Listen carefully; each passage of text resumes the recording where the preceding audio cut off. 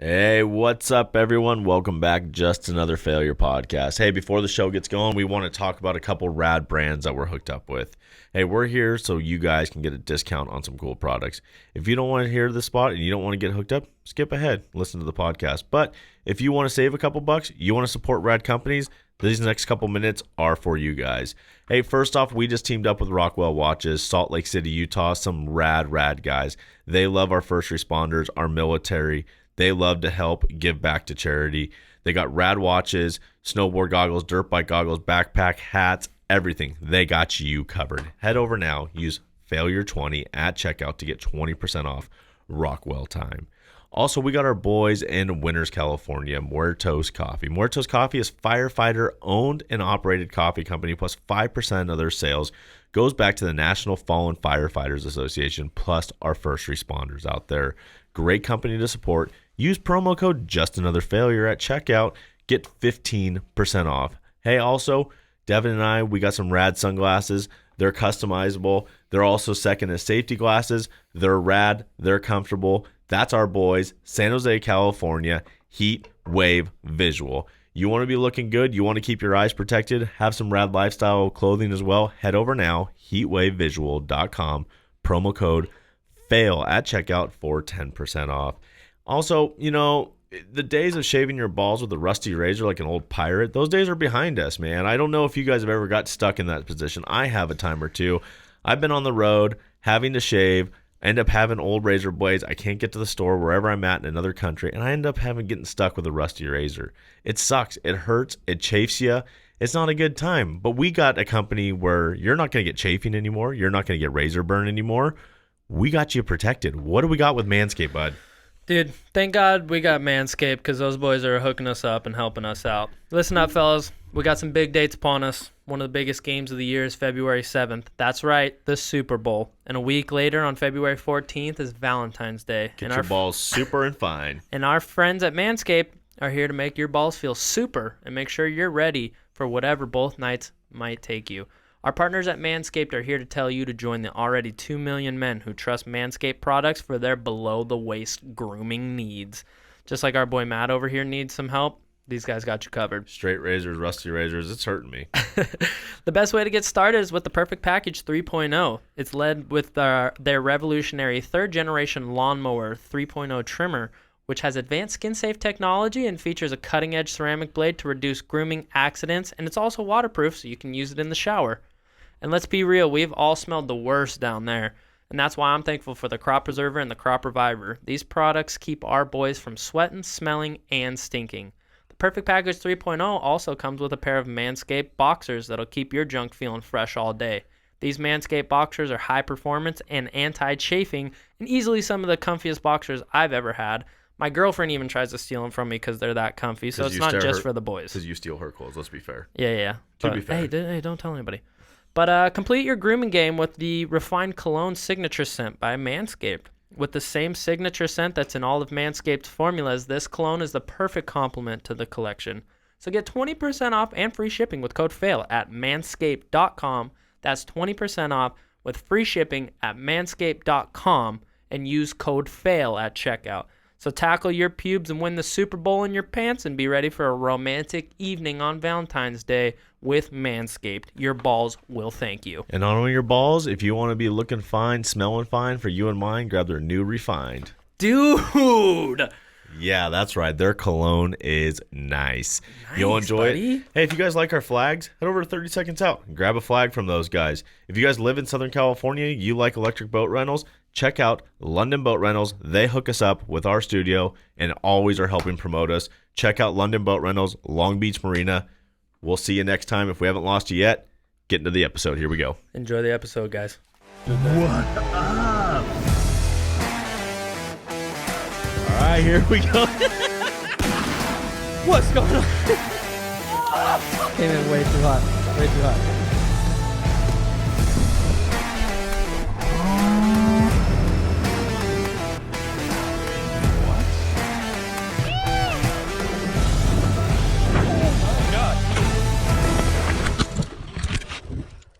Tell me you're okay.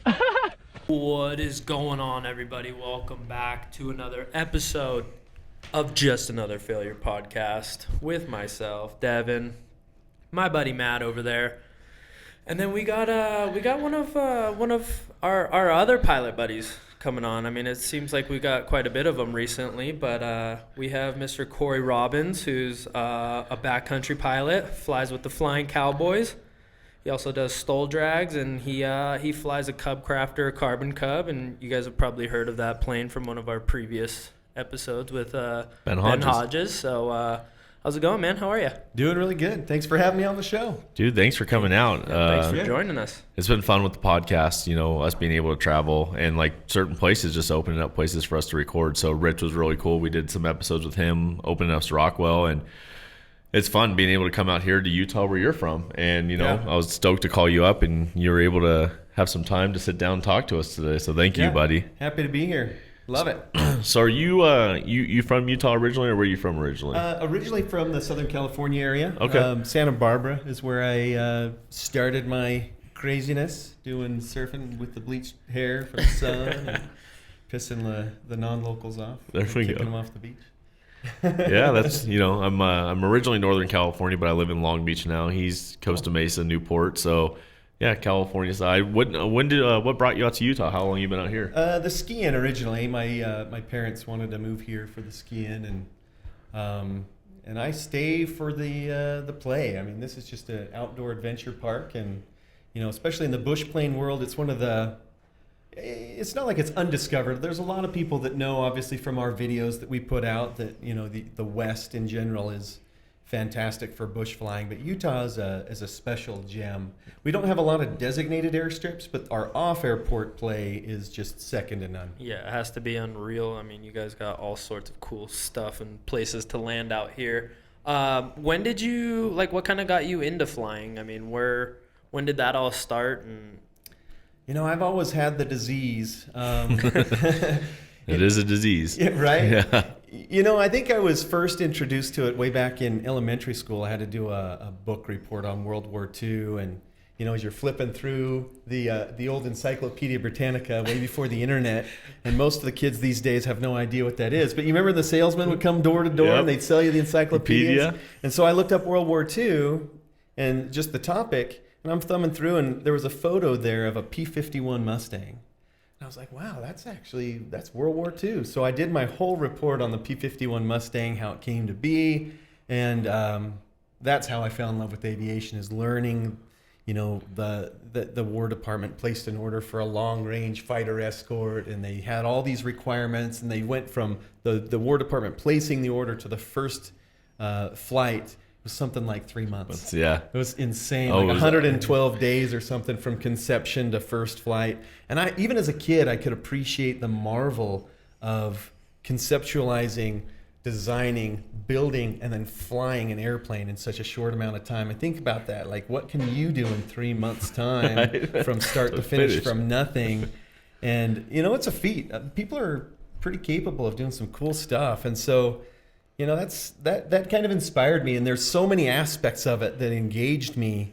The coolness factor, the engineering factor, but the flying was so magical. And I used to be one of those kids that would turn on Sunday night. There would always be the World War II documentaries, and they'd show you the dog fighting, the old tapes where they'd show the tracers going through the air, or they'd be dive bombing a ship or something. And I was just an addict watching those videos as a kid, and I just loved it. I knew I was going to do something. You knew you were going to fly someday. I knew I was, yeah. No, I was a kid, yeah.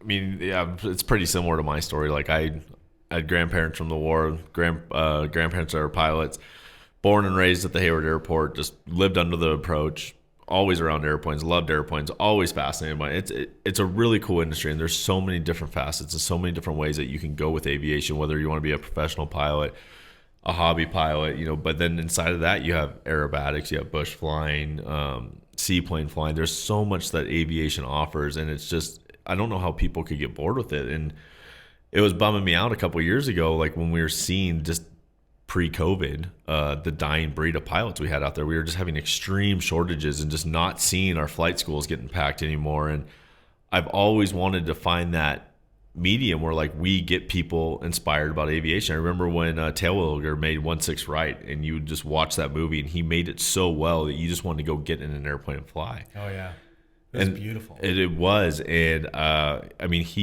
the cinematic of that movie was just it's nothing less of beautiful. And I think that's what I really respect about you guys and your crew is like you show a lot of really cool sides of aviation that Ben and I even talked about this on the last episode. You guys have created this new STOL community where people have never flown airplanes before, but they see what you guys do and they're like, I don't know what that airplane is, but I want an airplane that I can go and do that in. So it's like you guys are bringing awareness back to aviation and kind of rebooting the industry, which is awesome to see.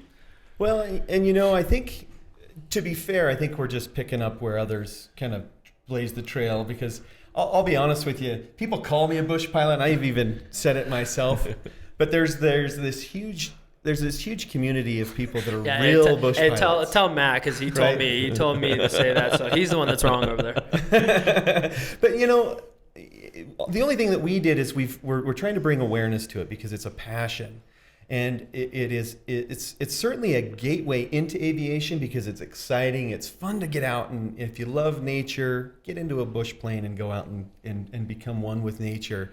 But it's also, for me, it's way more than that. It's visceral. When we're creating these videos, we want to provide an experience that ignites that emotional, those triggers that, wow, let's show us slaloming mountain peaks, or let's land on a mountain, or let's land on a beach, or let's, what cool stuff can we show people that can be done with these aircraft? I took my airplane last year to the East Coast, went to Kitty Hawk. Yeah. And, just doing those staple things, where, I took my airplane, this little 100-mile-an-hour Super Cub, essentially. It's a Carbon Cub. It's like a Super Cub on steroids. But, fundamentally, it's just an airplane, just like every other airplane. And taking that airplane and flying in the same airspace that the Wright brothers pioneered this stuff, it's amazing. And to be able to share those experiences is really why Kitty Hawk's a great place. I've been to Kitty Hawk twice now. And, being there where it pioneered, then going over to France, because people kind of always debate like who flew first, whether it was America or the French. There's always like that ongoing rival back and forth. And going some of to the early French fields and stuff like that, and seeing where airplanes were built, it's cool to put those two histories together. Who did it first? I always say America. I'm going to say the Wright brothers. I think every country claims that their guys did it first. Yeah. And, when I released that video, or it was last fall, I think, is when I released it, and that was one of the big comments. You get all these people posting these links. Oh, the Africans did it. No, it was the French. No, it was the English. Yeah. And I'm like, well, no. It was the Wright brothers. Yeah. Yeah. It was the Wright brothers. That's my story. Hey, they made it into the books, so they had. They made it into the history books. No. And really, quite frankly, the best thing about it is that it was done. You've got, the Wright brothers in particular have a great story because they're bicycle makers. But if you think about the time, bicycles back then were cutting edge. Oh yeah. I mean, that's like bicycles back then was SpaceX. Yeah. If you think about it, you're right. He's not wrong. And then these crazy dudes were like, let's put these big sticks on this thing and see if it comes off the ground. Let's put some freaking bird wings on this bike and run it down a hill. And see what happens. Yeah. And I mean, if you really take it back though, like people have been trying to fly for centuries, because you go back to Da Vinci and you go back to like the hot air balloon days, and like some of Da Vinci's human wing forms that he designed. Like, it's absolutely fascinating that like pretty much since the start of time, people have looked at birds and wanted to do what they do and see life from that aspect. But then you see the Wright brothers put it in a powered form, and you're like, what is this? Like, this is absolutely insane. I always like kind of envied my grandparents. They were born in the early 1900s, and they really saw the advancement of technology kind of from like the starting of aviation through people going to space. Like, I can't imagine like today's day and age, we're just seeing people go to space. But what's that real big pioneer, like that awe moment? It was like every decade there was something new and big and something like that in the turn of the century that was always happening. And like, I can't imagine just watching technology build like that and see from personal GA travel to airline travel, like seeing someone with an idea and some sticks and some fabric and going out and doing and now putting people in a large tube and flying them across the ocean. Like, could you fathom that? Like, could you imagine like what that would be like? It is absolutely awesome. One of the things that I love, let's go back to like the early 1900s and then up until now. there isn't a bad time to live where you don't see the innovation. Yeah. Like back then, you got to see the first flights, and you got to see, you know, the Ford Trimotors and all these romantic things about aviation. Yeah. You know, but now we're seeing Elon Musk and SpaceX, and I actually have a ticket for Virgin Galactic. Did you buy one? you? I as soon as those commercial flights are going, I'm on the list. That I don't know is what my so number sick. is, but I get the emails from. You flying Richard first class in Branson. that, or how's that work? I think there's only one class. That's a cool It's like thing. it's like a $200,000 ticket. Yeah. But No worries. But you know, it's I'm gonna go into space, bro.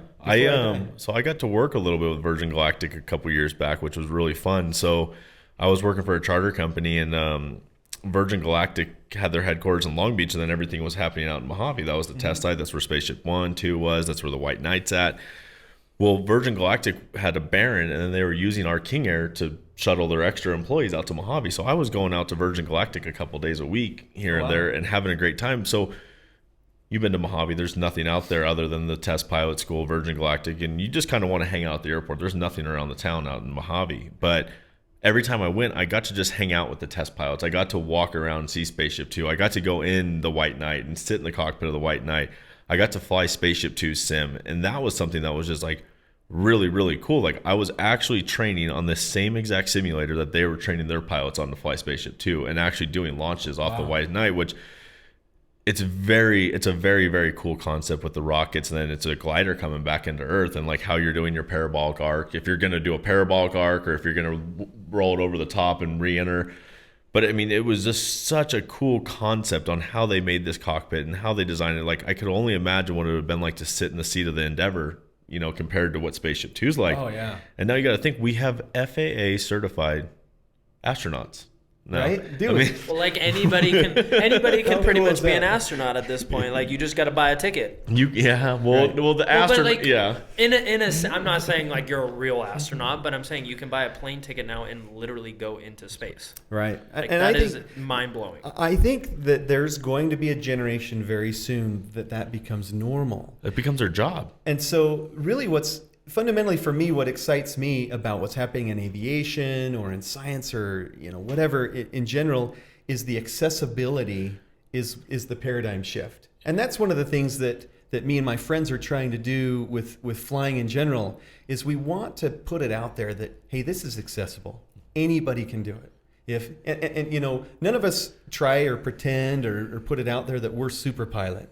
Because we want everybody to be able to do it. We want everybody to be able to say, hey, I can jump in a Super Cub or a Kit Fox or a Highlander or whatever your aircraft Super of Stol or choice whatever, is. yeah, it might be. And I can do that.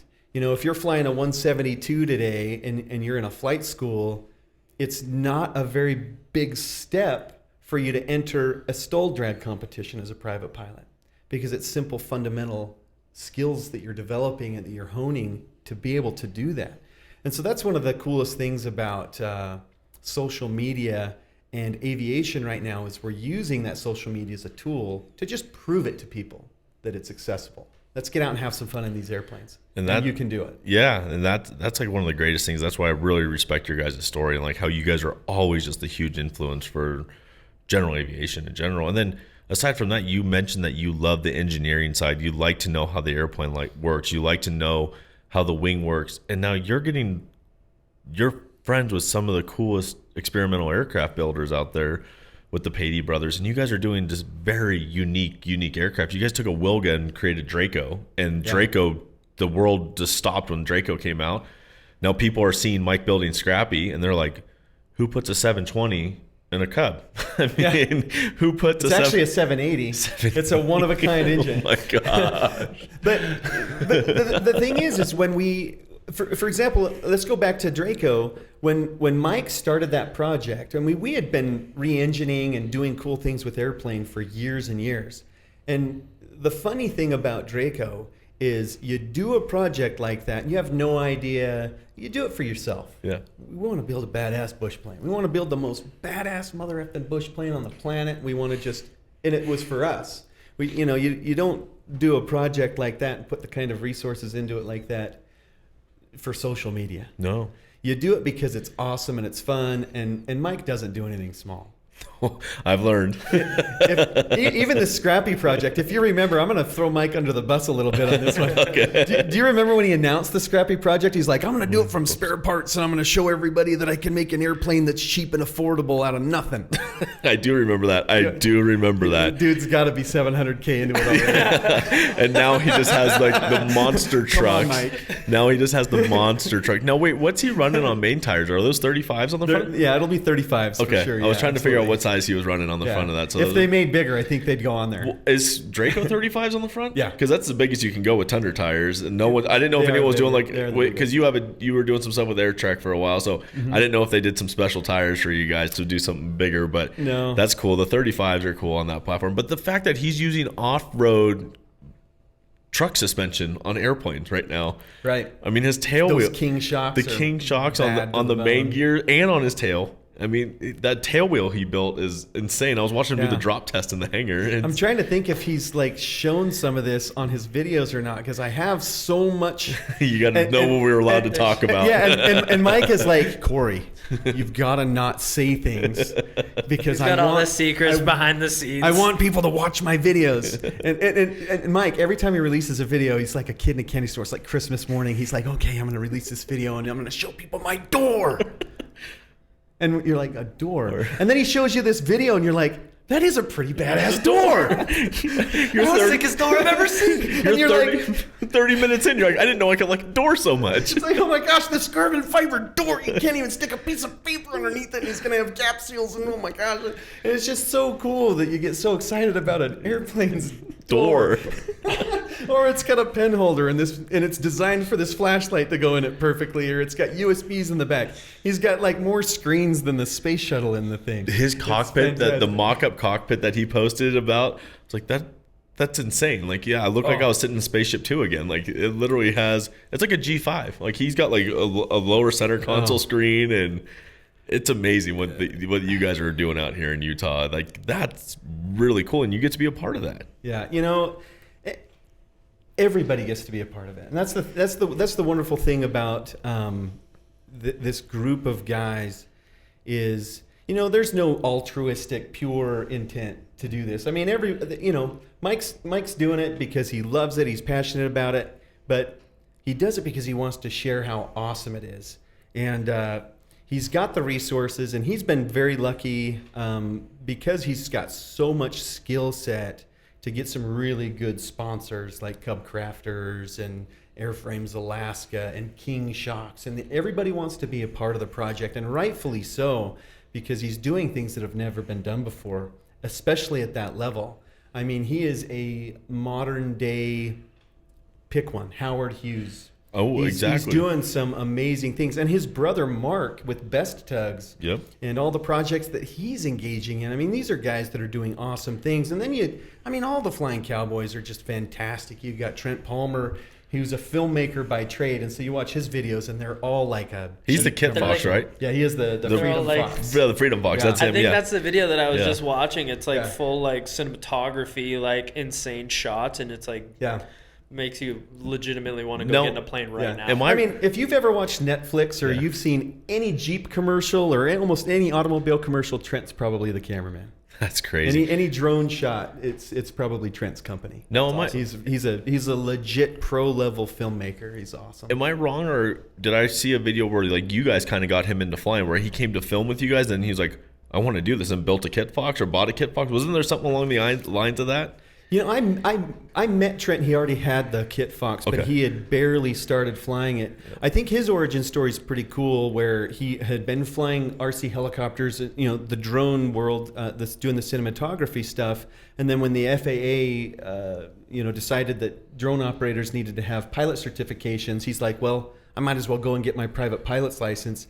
And Trent was actually really afraid of flying. Okay. And the going out and doing it, he really, there's a lot of things. For him, it just clicked that, holy cow, I can really do this, and it's a comfortable thing. And he had no idea that you could have so much fun doing it. He just thought, well, I'm going to go do it, kind of almost, beleaguered. I got to go get this done so I can continue to do my business. But he's like, holy crap, this is awesome. It's it's the day you solo. Like, it's your most terrifying but the most amazing day at the same exact time, because you've been flying an aircraft with your instructor in the seat next to you the entire time. And then he just goes to an airport and he tells you, like, well, everyone's different, but like mine, we flew out to an airport in the Central Valley. And he's like, all right, go ahead and taxi back. We're uncontrolled field. And he got out of the airplane. And he's like, all right, 3 laps around the pattern. Come back and get me. I was like, hold on, wait, what was that last part you just told me? Like, you're staying on, you're not going up there with me? Like, Right. And I remember, I remember he was like, yep, go ahead. And then, like, he shut the door. And, like, I still sat there and stared at him for a second. I'm like, what are you doing? Like, get back in the airplane with me. And he was like, here you go. And like, he never told me that day when we were going, like, hey, you're going to solo today. That's how he told me I was soloing. He got out of the airplane and said, your turn. And it was cool because I'll never forget. I was flying a 152 for my private pilot, and I was 18 years old back then. And I was probably like 150 pounds soaking wet at that point in my life. And then he was probably 225. But I remember that weight being out of the airplane, and all of a sudden, like, I took off. I'm like, whoa, this thing's going so fast. Like, you're like, oh my gosh, instead of climbing at 250, 152. Yeah, 152, like 100 feet a second. Like, you're like double your climb speed, and you're like, oh my gosh. I just remember, like, you know, calling my upwind, calling my crosswind, calling my downwind. I remember just being in my downwind and looking over in the right seat, and there's no one there. And I'm like, I'm really flying an airplane by myself right now. That's the moment. For me, it was turning crosswind. I'm like, oh shit. Ain't nobody getting this down but me. Right? It's on me now. Well, now you're like, now you're controlling the life in your hands. And I don't know if you ever tried skydiving. I got into skydiving for a while, but kind of the same exact thing. Like, I remember the first time I jumped out, your instructors are there, but then you pull your chute and now you're just under canopy and you're like, okay, I still have to figure out how to land this thing. They told me how to do this on the ground, but I now have to figure out how to land this thing. And you never do your first one. No. Your knees are just tumbling across the ground. Absolutely. Nope, did not stand up my first one. Yeah, I did. Gosh, it's been like 15 years. I did an AFF program out here in Tooele. And so I have, I think 11 skydives. That's all I've got. Not a lot. But it's fun. I always say it's funny how many pilots are absolutely terrified of skydiving. For me, it was the opposite. I think I was afraid of it, but at the same time, I was like, I want to know how to fly everything. If I can fly my body, I want to know how to do it. There's a difference between flying through the air and falling from it, you know? Well, you do feel, when you're in free fall, it is a definite flying feeling. Oh, yeah. And I did it I had ulterior motives. I was flying a Pitts at the time. Okay. And I'm putting on this parachute, before I go flying every time. I'm like, I don't know how to use this thing. They just told me to pull the D-ring, and then I'm just going to pull the D-ring, and then I'm just going to stand there. If I ever have to get out of this thing, I'm probably going to die. Yeah. And so that's why I went out to Tooele and took the skydiving classes for that reason. Is if I ever did get in a situation where I needed, and that was it was a steerable round parachute. I was going to say, it wasn't really it was an emergency parachute. Yeah. Well, the one you're going to be in the pits is a big round. You're not getting a sport parachute in that thing. Yeah. But at least you have an idea of what's going to happen and that kind of thing. And I know Mike and a lot of the other guys we've all done the skydiving thing. I'm not sure Trent has, but I'm pretty sure everybody else has skydived before. And Scott Palmer. Yeah. He's like world class. I think he's probably one of the top 200 skydivers in the world. Yeah. Sure. I got into skydiving forcefully. I was flying skydivers at the time. Cool. Yeah, so I was flying skydivers. And like I said, like, I had a fear of it, but I wanted to do it. But I was just flying skydivers. I was in my early 20s, and they told me, they're like, you have to do this. I was like, no, I fly the airplane. They're like, you have to do this. But prior to that, I was flying acro, and then in the skydive airplane, we would wear a parachute, and all the pits and the extra and everything. The Citabria always wore a parachute, but I never knew how to. And I kind of had that thought in the back of my head, like, I should probably know how to use this thing. Right. They just tell me how to escape from the airplane, pull the D-ring, and then buckle your legs on the ground. You're going to break your legs. You're going to do like a controlled fall. And so I was at the skydive place one day, and the other pilot was there, and I'm standing in the hangar, and they walk up and they start putting a tandem harness on me. I'm like, what are you guys doing? They're like, you're on the next load. I'm like, no, I'm not. So my first time, they just threw me in the airplane, and it was on a sunset load, and that's how I learned how to skydive. And then I did it, and I was like, I want to do this now. And so I went back and I went through AFF. But I think it's a really cool correlation, especially if you're an acro pilot, to go out and jump out of an airplane. Like, it'll teach you a lot about just your cognitive thinking and wherewithal, and like what's going on in your surroundings, and being more aware. And there's those moments like like your solo, when your instructor tells you that you're doing it. That's one of those pivotal moments that you never forget. The moment those wheels leave the ground and you're alone, That's a pivotal moment. But there's also that pivotal moment, your first skydive, where they're like, okay, jump. And you're like, so. What did you AFF out of what airplane? It was King Air. Okay. It was a King Air. I did mine out of a 206. So I had to kneel down in the door instead of doing the back exit. I had to kneel down and roll myself out of the airplane. Cool. So that was a different one. But yeah. Oh, that's awesome. It is a pivotal moment. You know? It is. You're looking down and so doing AFF, I had two instructors. It wasn't tandem, so I had two instructors jumping. You know, one was holding onto my arm and the other one was going to grab my leg or whatever he was going to do on the way down. But you get there in that opening and you're like, oh, is this happening? Why am I about to jump out of this perfectly good airplane right now? The little light turns green. Yep. It was Which we didn't have a green light, but you always in the movies have a green light. When I was flying Hollywood, baby. Well, I was flying the King Air and the Otter with skydive operations, but when I did my AFF, I did it out of a 206. But in the King Air and the Otter, we used to have a sticker, red light, green light. And we had a sticker, which was did the same thing. But I remember in the 206 when I did my first free fall by myself, my very first AFF jump. You know, I had an instructor inside and I had another guy out on the wing, and you just sit there and you're like, inside ready, and he nods. You're like, outside ready, and he nods, and you're like, one, or no, it's 1, 2, and then 3. You throw yourself out, and I was like, 1, 2. Okay, here we go. I didn't have a choice. We're standing there in the doorway, and the two instructors, they basically just hurled me out. And I just immediately went into trying to stabilize too soon. They Spartan kicked him out of the door. Get my legs up. It was just like, well, we were a unit. Yeah, we're a unit. Just kind of came out. It's so much fun. And like, you know, he's had the moment recently because he's never flown general aviation, and the funny part about like how long him and I have been friends, like corporate aviation kind of took me out of a lot of my fun flying.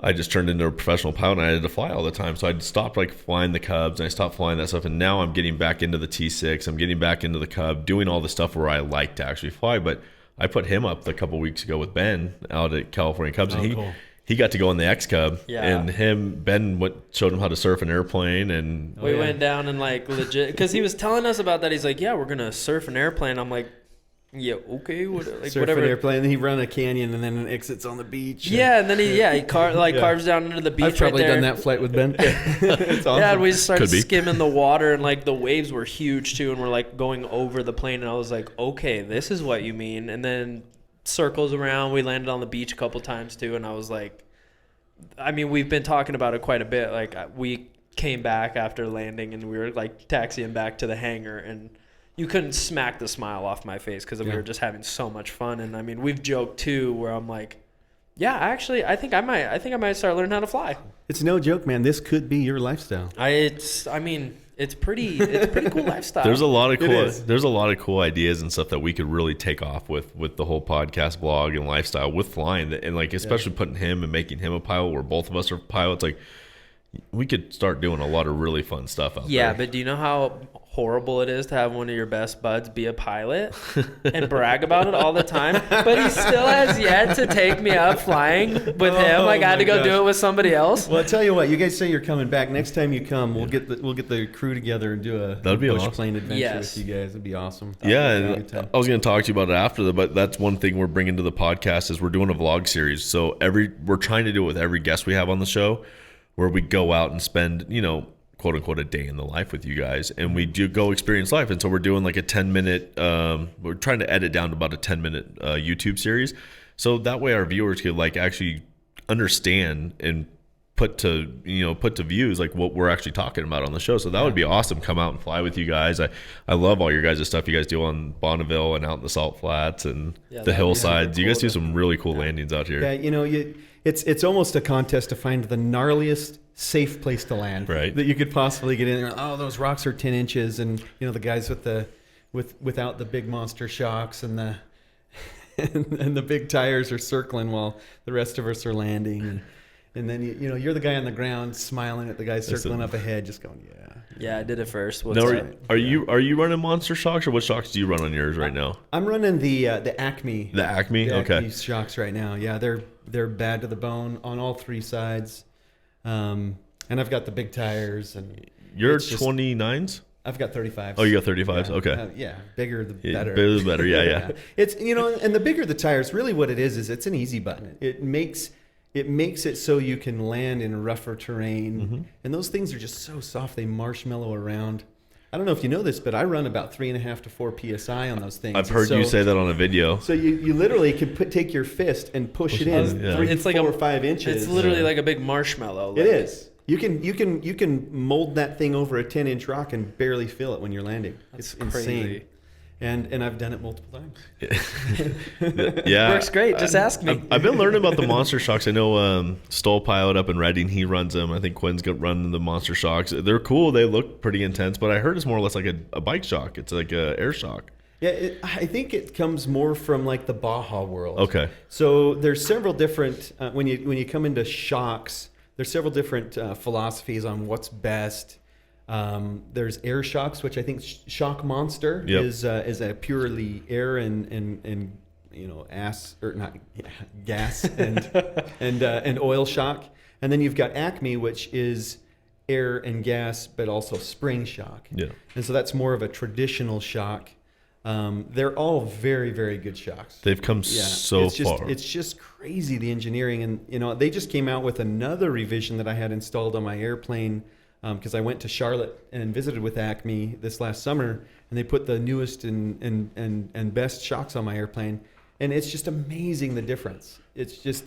And the best thing about it is you plant your airplane on the ground, and you can plant it smartly, like really hard on the ground, and it just eats up that rebound. And in aviation, it's all about the rebound. Yeah. So it's insane, the technology that you get. You got these airplanes flying around at less than 30 miles an hour, landing in a competition. I think my shortest takeoff was like 78 feet. But you got guys like Steve Henry taking off in 3-4 feet. Yeah. It's just, this is a fixed wing airplane. Oh, they're legit so cool. helicopters. I remember really before the Carbon Cup, I used to go to the Valdez flying quite a bit, and I competed there one year in 2008, which was really fun. So I got to compete in Valdez, which was cool. But I remember it was like Valdez, there was this guy, I think he was out of Idaho. I cannot remember his name for the life of me, but he used to have this gnarly silver Super Cub that he ran out there. It had the skull, it had like the Jolly Rogers. Yeah, his name was Mike. Yeah, he's passed away now. Oh, has he? Yeah, he's one of the legends. But he had hydraulically actuated flaps and nitrous on his airplane. I'll never forget. Man, that sucks. I didn't know he passed away. But I used to run across him in Frank's Church all the time. I ran across him in Valdez, and then I ran across him in Frank's Church. And I used to look at that airplane. I'm like, this thing is just an absolute monster. And this was before you guys were doing the Draco, and before Carbon Cubs was really what they were. He just built this monster of a Super Cub that thing was so fun to watch fly. But I remember when the Carbon Cub came out, it was fun because Ben got me in pretty early with those guys, where I was doing deliveries for the factory, and I was getting to have a lot of fun with owners in 2008, 9, 10, 11. But I would be out in Frank's Church, and I'd be down in Cabin Creek or something like that, and I'd take off out of Cabin Creek, and usually you take off and it's a left turn, and then you circle out of the canyon, then you go out towards McCall, and I just started taking off and just going straight to the mountain, just take a right turn, just, and people would look at that airplane. People would always were asking back then, what is that airplane? What is that Cub? That thing is absolutely insane. I'm yeah, this thing does pretty cool stuff out here. Now with the FX3 and the X Cub, they're just upping the bar, because now you're able to go low and somewhat fast. They're cruising at 140 knots with a constant speed prop now, which is fantastic. Really, what's happening is you're seeing them widen the marketplace, and so you've got a lot of people who are like, well, I can't buy a $200,000 airplane and only go 100 miles an hour in it and play in the bush. It's just, it's a $200,000 toy, and I can't justify it. And so what Cub Crafters has done is, I think, quite brilliant, is now they have a certified aircraft in the NX Cub and in the X Cub, where if you're a rancher in Texas or you're a bush pilot in Alaska, you can get the job done and do all the Stoll stuff, but now you can get somewhere in a reasonable amount of time. So it's fantastic. Now, it's not my mission. That's why I have one of the older ones that's slow, because I actually, for me, that 50 feet or 100 feet that you lose in takeoff and landing performance by going faster in a cruise, I don't want to lose that. So I'm perfectly fine cruising around at 100 miles an hour in mine. You're past this to Jonathan. Pass that to Johnny. Yeah, no, exactly. And that it makes sense, every mission has its aircraft that fits the mission. like we released the episode with California Cubs the other day, and I instantly got like, which was weird. I didn't really think I had too many viewers that could get into a Cub right now, but we do. And people mess with me, they're like, get me into an X Cub. And then like I'm telling them and they're giving me their price points. I'm like, but what's your mission? Like, what are you looking to do? Like, what exactly? Because you might not need the NX. You might not need the X Cub. You could do an FX2 and still be just as fine. And, and you're going to save $150,000 by just doing an FX2 build. So I really like that. And like, that's always been my key thing, whether it's selling a G550 to a new client or working with Cub crafters. It's like, what's your mission? What are you actually looking to get out of this thing? Because you might not really need that big hobby and still have the same exact amount of fun in the airplane. Yeah. And really what comes down to is a lot of these airplanes that are coming out are multi-purpose. And you can't go wrong with anything that is really coming off the line today in the backcountry pilot world. And I love all airplanes. There's only a few I don't like, and it's usually the ones that are unsafe and get people killed or whatever the case may be. But there's so few of that right now in the industry that you just can't get into a bad aircraft, whether you're in a Cub type aircraft or you're in a Cirrus. I'm not one of those haters that hates the parachute airplane, but I think the ballistic parachute's awesome. I think airplanes are cool. And I mean, Mike did it on his. Airplanes are pretty neat. That video's on the internet, but he put the parachute on his. So he's got that, and he did such a good job to where he can deploy that thing and it doesn't destroy the aircraft. Yeah. It basically takes off panels that are Velcroed on, and that just sounds so weird to say too. Like, oh yeah, we have some panels Velcroed onto our plane. It's not actually Velcroed on, but the equivalent of like a aerospace tech. Yeah. I mean, it's not your average target. But Velcro, but those are breakaway panels on purpose, and so it's not going to destroy the aircraft, which is, I think, fantastic. I can't wait to see Scrappy fly, and the things that Mike is doing are, we keep going back to Mike Patey because he's awesome. Yeah. He just keeps building these crazy things, and you have a conversation with him, and he's like Walt Disney on ADD medication mixed with Howard Hughes, right? That he's just like got such a creative imagination, but then he's also an engineer. He's got that brain that can he's take like the that mad and scientist of like aviation. They're both engineers, right? Him and Mark. Yeah. Yeah. And thank goodness they have the resources to be able to execute on it, because I've met some really brilliant people that just couldn't get the resources to do it. And you're like, man, we're just really missing out on some cool stuff that person could do. And thank goodness Mike has the resources to come out and do these projects, because, I'm literally, he's one of my best friends, but I'm also one of his biggest fans. Like I want to watch his video because, okay, how far behind are we?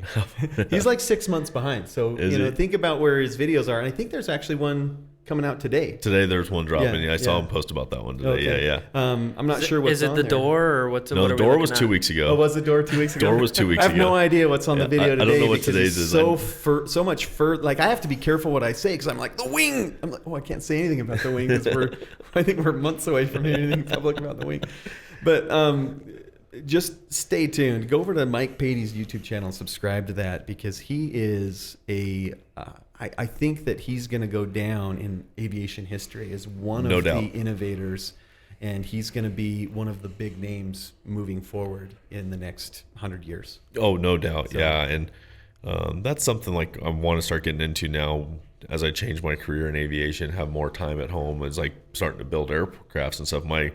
My great uncle was a big aircraft builder. He was part of the EAA in kind of the early days of the EAA. He built a couple different airplanes. I found some of his airplanes in museums in Texas and stuff like that. I've tracked down most of the airplanes he had, which was really cool. But I've always been fascinated in the build side. That's why I really enjoy your guys' stuff. And then learning about the STOL drags, like what you guys are modifying to the aircraft right now to be really, really competitive, like coming in and different slips or how you guys are approaching the course. And hopefully maybe in the next couple of years I'll be able to come up to the High Sierra flying and compete with you guys, because we could talk a little bit about that, like what you guys are trying to do, because I see that as a very entertaining sport that could bring a big audience and kind of quote unquote be the new kind of Reno air race. Like you guys are kind of have that capability to do something really cool with this right now.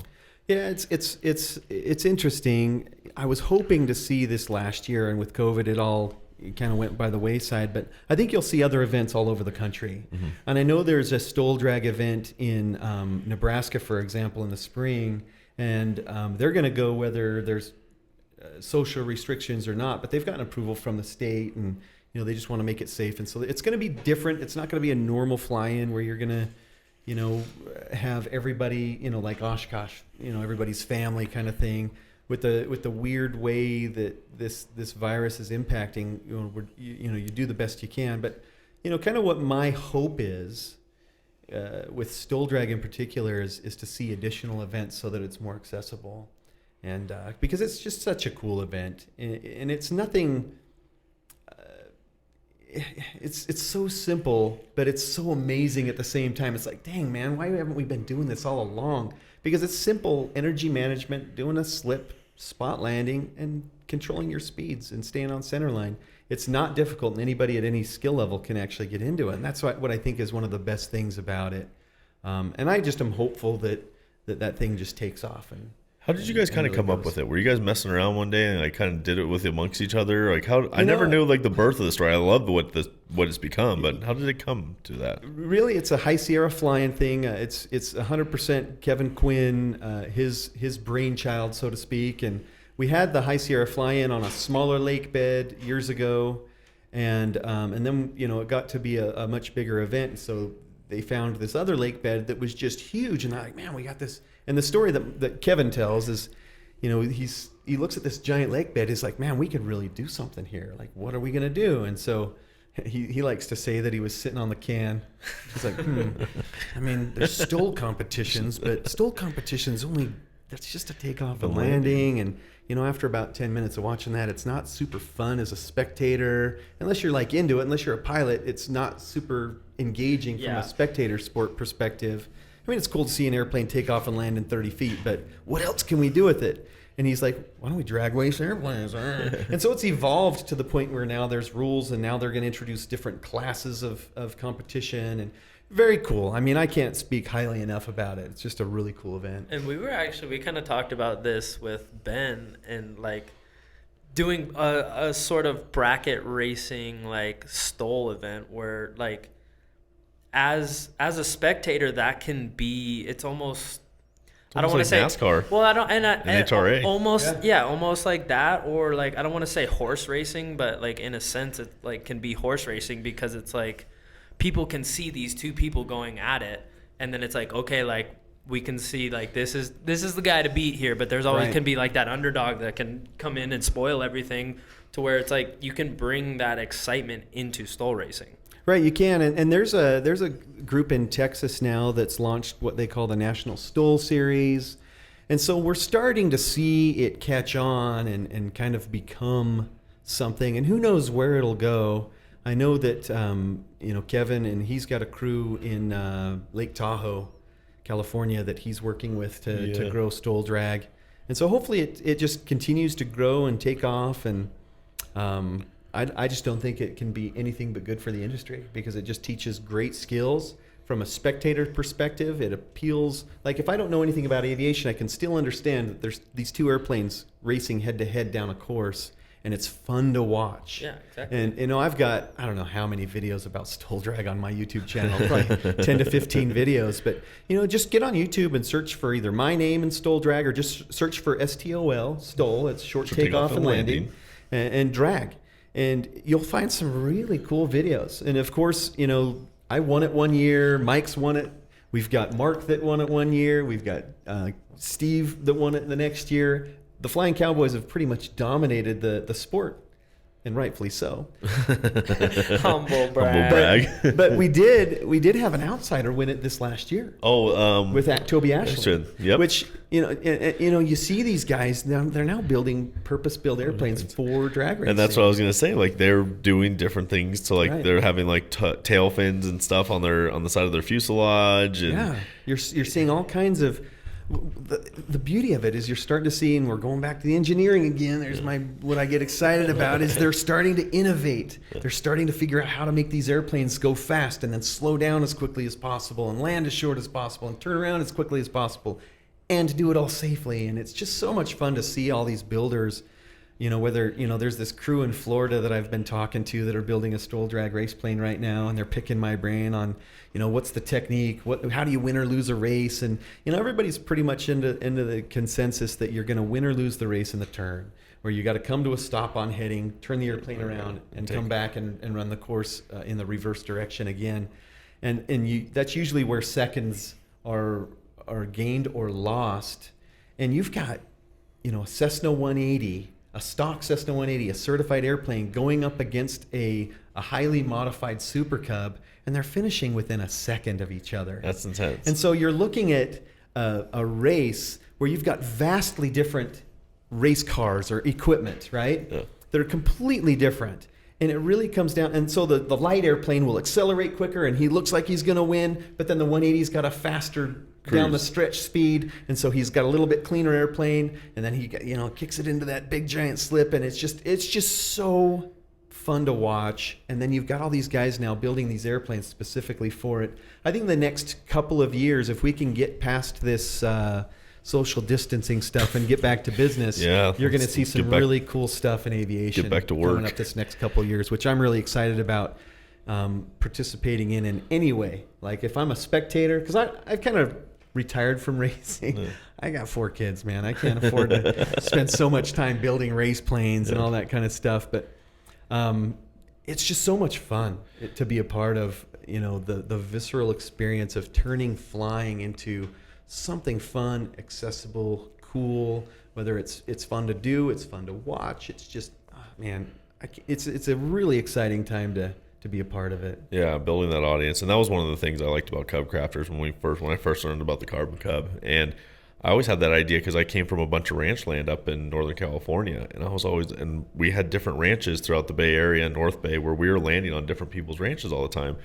And I always thought back then, like, it would be fun to have airplanes flying against each other, private ranch to private ranch, and maybe one ranch is an uphill sloped runway, and then another one you're landing on a gravel bar, and another one you're doing a water assist. Like, yeah, I thought it would be cool to like hold an event like that where we're actually like flying, and you're kind of in a course where how to get to the next ranch. It's kind of a stall drag, but then you're adding different aspects and different styles of landing out there. Yeah, there's a group in Livermore, which is right near where I'm from. That's doing they call it Stole Cross. Yeah, it's exactly what you're talking about. And then they do it at that's Bob and all those guys. Yep, yeah, exactly. They live on the backside of our ranch. Yeah, yeah. And they're those guys. I was in Livermore doing a Stole demonstration for the AOPA fly-in there a couple years ago. I think it was a couple years. I'm not sure. Oh. Anyway, when they had their flying in Livermore, I went over and looked at their course, and I was just like, that would take a lot of practice. In a weekend, I don't think I can run your course in any kind of a competitive manner. And they're out there in the Super Stole just tearing up this mountainside, doing this crazy, awesome stuff. And these guys got legitimate skills, and that's a very difficult course they've got. Yeah, so that's literally the backside of our ranch. Like we're in the valley on the back of that. We went to high school. I went to high school with other kids. Really? Gosh, such a small, awesome world, right?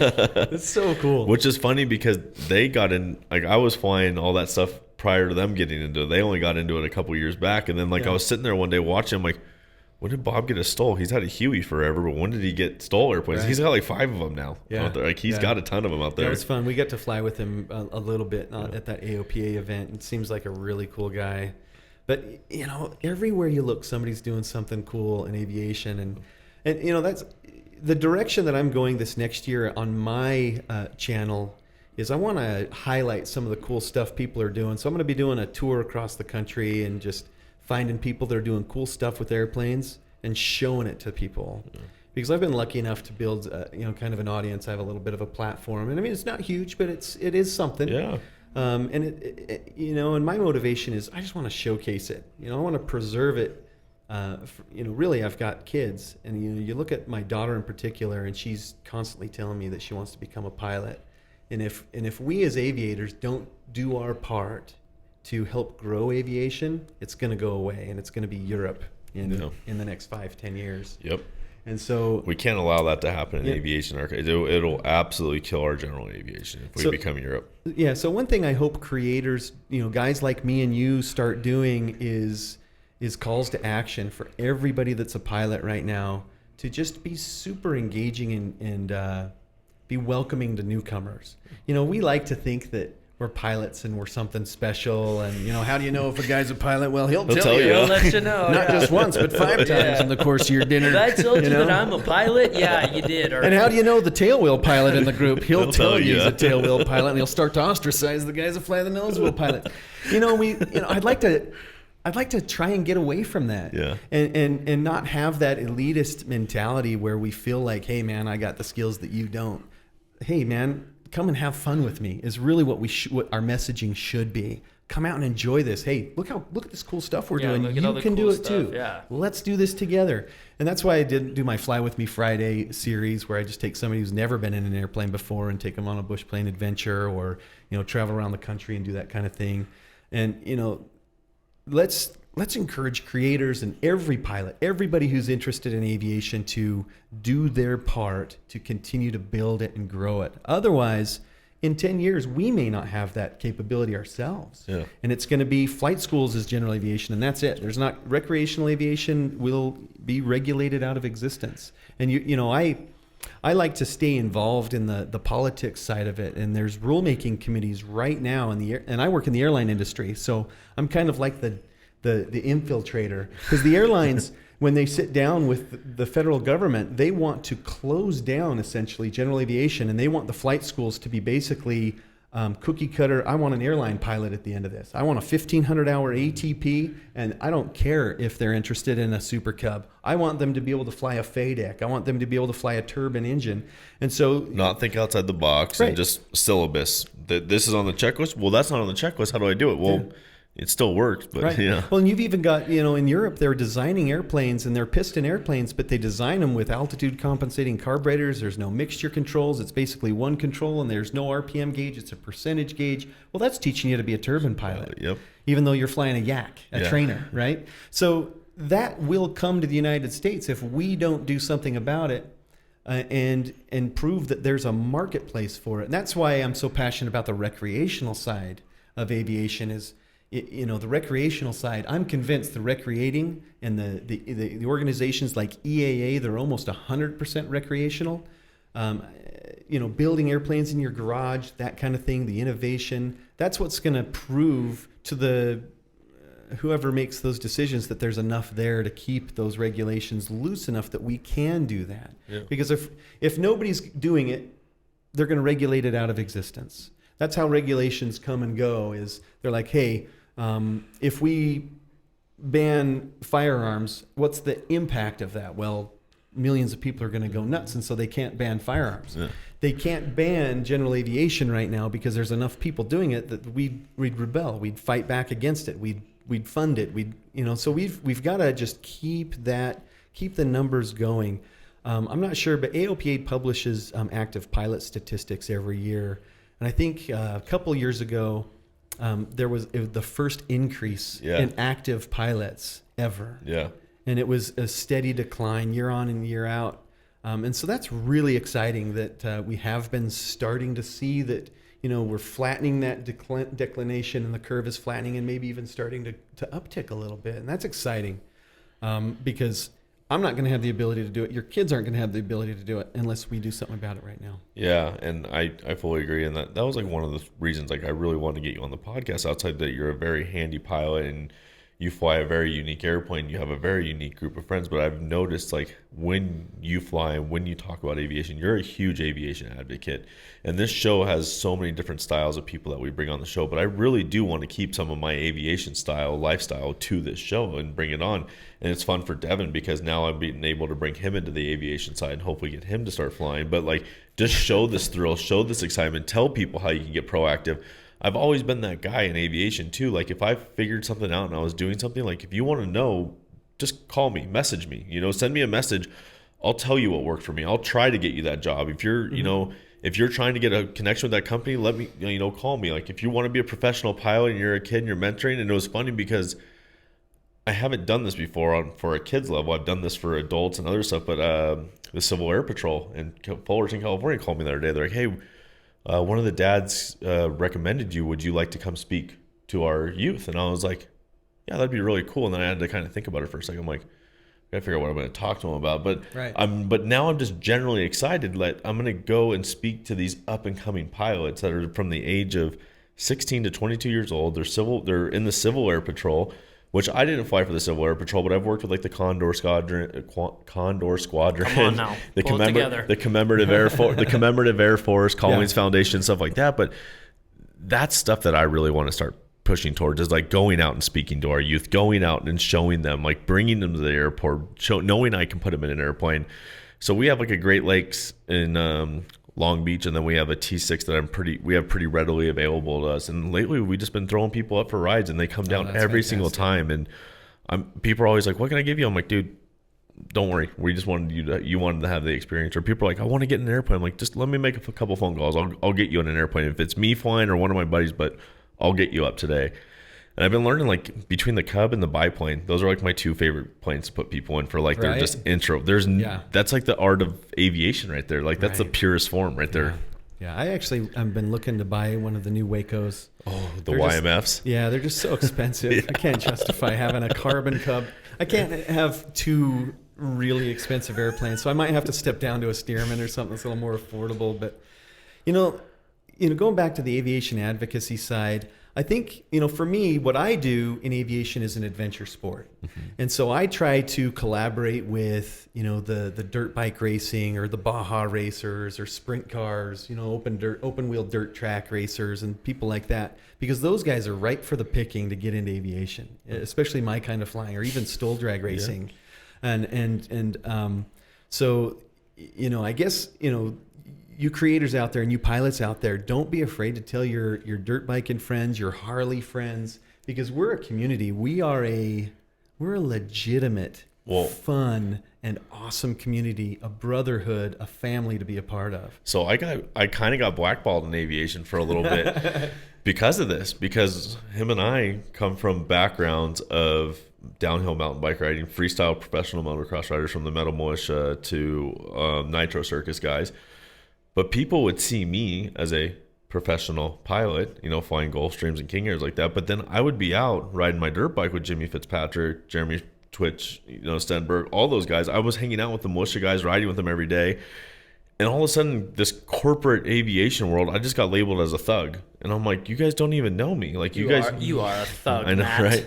But like, I got this, like, it's like there's these, like you said, like, I want to get rid of these egos, because there's these weird egos that you come across. And I remember I would go to school on the 550, and I'd show up, and I never dressed inappropriate. I would always wear like a collared shirt, slacks, and some shoes. And I was always there on my boss's dime. I wasn't looking for a job, but I have tattoos, and I always cover them when I'm flying, and I keep it professional. But in school, I would wear short sleeves, and I would literally have Gulfstream pilots be like, "You're not a Gulfstream pilot." I'm like, "What doesn't make me a Gulfstream pilot?" And then they went through the same flight school. Went through the same flight school, took the same check ride you did. What was my logbook saying? Oh yeah, I have a type rating. Right. Oh, look at that. This license, that's weird. On the back it says G, but it was so funny. People were blacklisting me forever over this stuff, and that's interesting. Then I would go to school, and people would see that I knew what I talked about, and I knew the aircraft, and I knew how to fly the airplane. Their perspective instantly changed on me. Once they saw me in the sim, changed 180 degrees. But it's like, there's just like this stereotype. But I like that you reach out to those people, because are those people that are retired. Bob Hanna, great example, retired professional, best in the world motocross racer.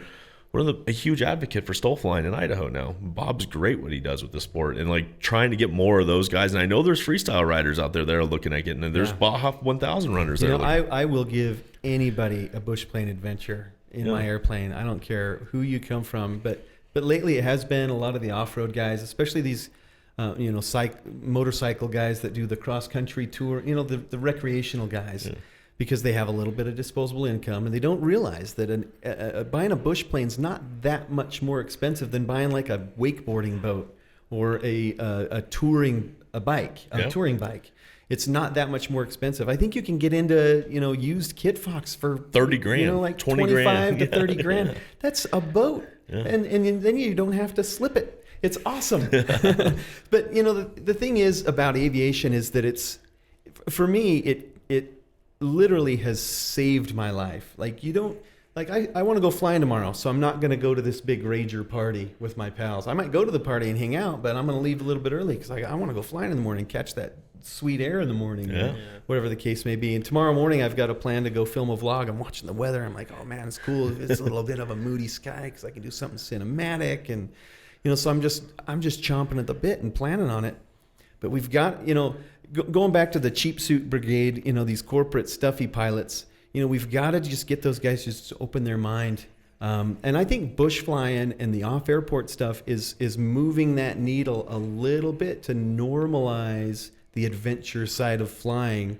And you've got all these little grass airstrips. Even back east, you've got grass airstrips having fly-ins now where you never saw that before. Yeah. I remember the first time I landed on a non-paved airstrip, I was in a Mooney, and I was just freaked out. And so I took it up to Johnson Creek, and I landed at the Johnson Creek Airport. Might as well be an international airport. It's like dang near, it's got to be over 3,000 feet long. I can't remember the length. Johnson Creek, Big Creek, those are all big. I've flown airplanes that never really needed it. But when I was in the Mooney, I'm like, oh my gosh, I got to get down in this canyon, and boy, I better land it in the first, a third of the runway because I got to get it stopped. It's short. It's only 3,000 feet, And, even me, this was 15 years ago or so, I had a lot of fear or a lot of misconceptions about what was going to happen. And so I went, I took the class from Lori, actually. Oh, awesome. Took her. Mountain Aviation, McCall, Idaho. Lori. Yeah. She's amazing. Did this, she assigned me this old coo-hooter, curmudgeonal pilot he was just, pilots just don't discipline themselves to nail their speeds on approach and to, just hammer it and be awesome. And boy, being a backcountry pilot makes you a better pilot all around. And so honestly, if I was a corporate pilot, if I was a captain of a G5 and a new FO came to me and he says, oh yeah, my background is in bush planes, I'd be like, there's no more comfortable person I want to be next to than a guy that can nail a landing within 5 feet or that can unscrew a bottle cap with his bush wheel. I mean, that's the kind of stuff we're doing. We're literally, you remember the bottle cap challenge? We got videos freaking unscrewing bottle caps with our airplanes. Right? That's crazy. Come on, man. Well, the cool side for him is where he was welcome in, and Ben put it really well to him because, he's a mountain biker, BMX rider, and Ben goes, this is mountain biking. Let him know how he explained it to you. Yeah, he kind of, because for me, that's completely new to me. I've flown in an Alaskan Airlines. That's flying for me so far. So getting into that, and first thing he does is go straight into a hillside and then pull up right into the hillside, and I'm already like, all right, I like where this is going. And then he starts cutting into these canyons, and he starts talking about it, and he's like, this is literally free ride mountain biking, just flying. And he starts cutting through canyons, and then we're going out into the beach, and I'm like, it literally is. You have the creativity to do whatever you want, and somewhat go wherever you want, but the creativity and being able to just go to these places that most people will never see is absolutely insane. And it was mind-blowing for me and mind-opening as well to be like, this is really cool to be able to go do in an airplane. I connect with that a lot. That's one of the things I tell people as I'm stopping around the country. My airplane's really different looking than other airplanes, as most bush planes are. And I'll land, I took it into Burbank Airport last year.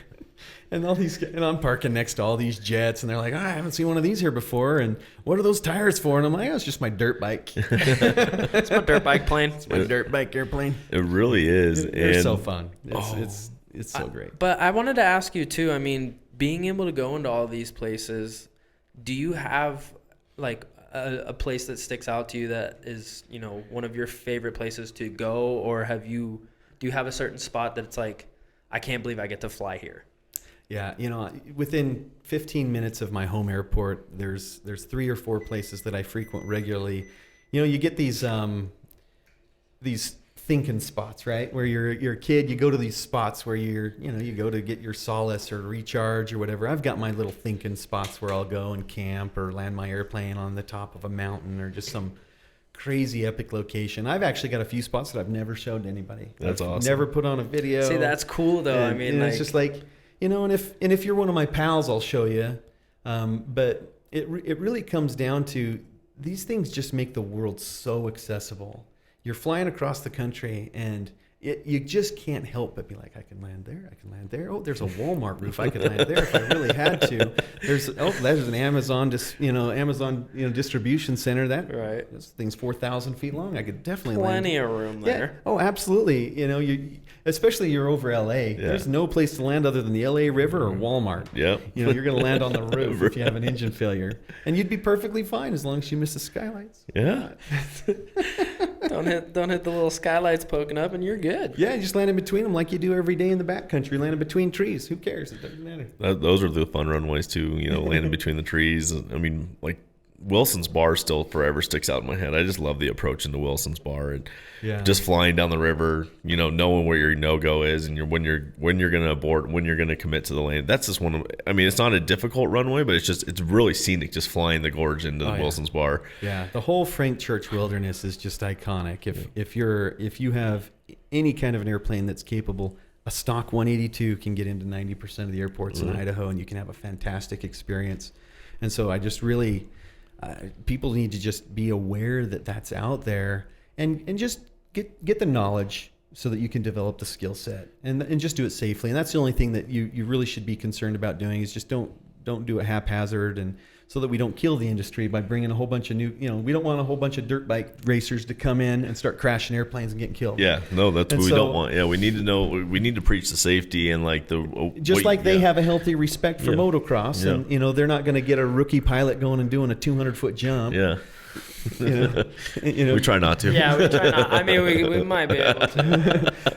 But you're the same thing in aviation. Work your way up. Start with a really long, beautiful grass runway that's groomed and like a golf green, and then work your way up to the true off-airport stuff. And it's just a ride. It's just so much fun. I love it. So he's basically saying, like, don't be just another failure. Yeah. So, with that being said, like, bringing it all together here, like, so the name come just from just another failure. We explain it as there's a lot of things that we go through in life, tough times, hard decisions, things that make us want to quit, make us want to give up, but we can't. We can't just take that failure side. We have to push ourselves to the next level. And I mean, what's something that's like just kind of stuck out in your head that just it was something tough that you had to come back from, or a hard failure that you just had to chew up and you had to own it and keep going, or just something that like you just had to work through. Where can you work with on that?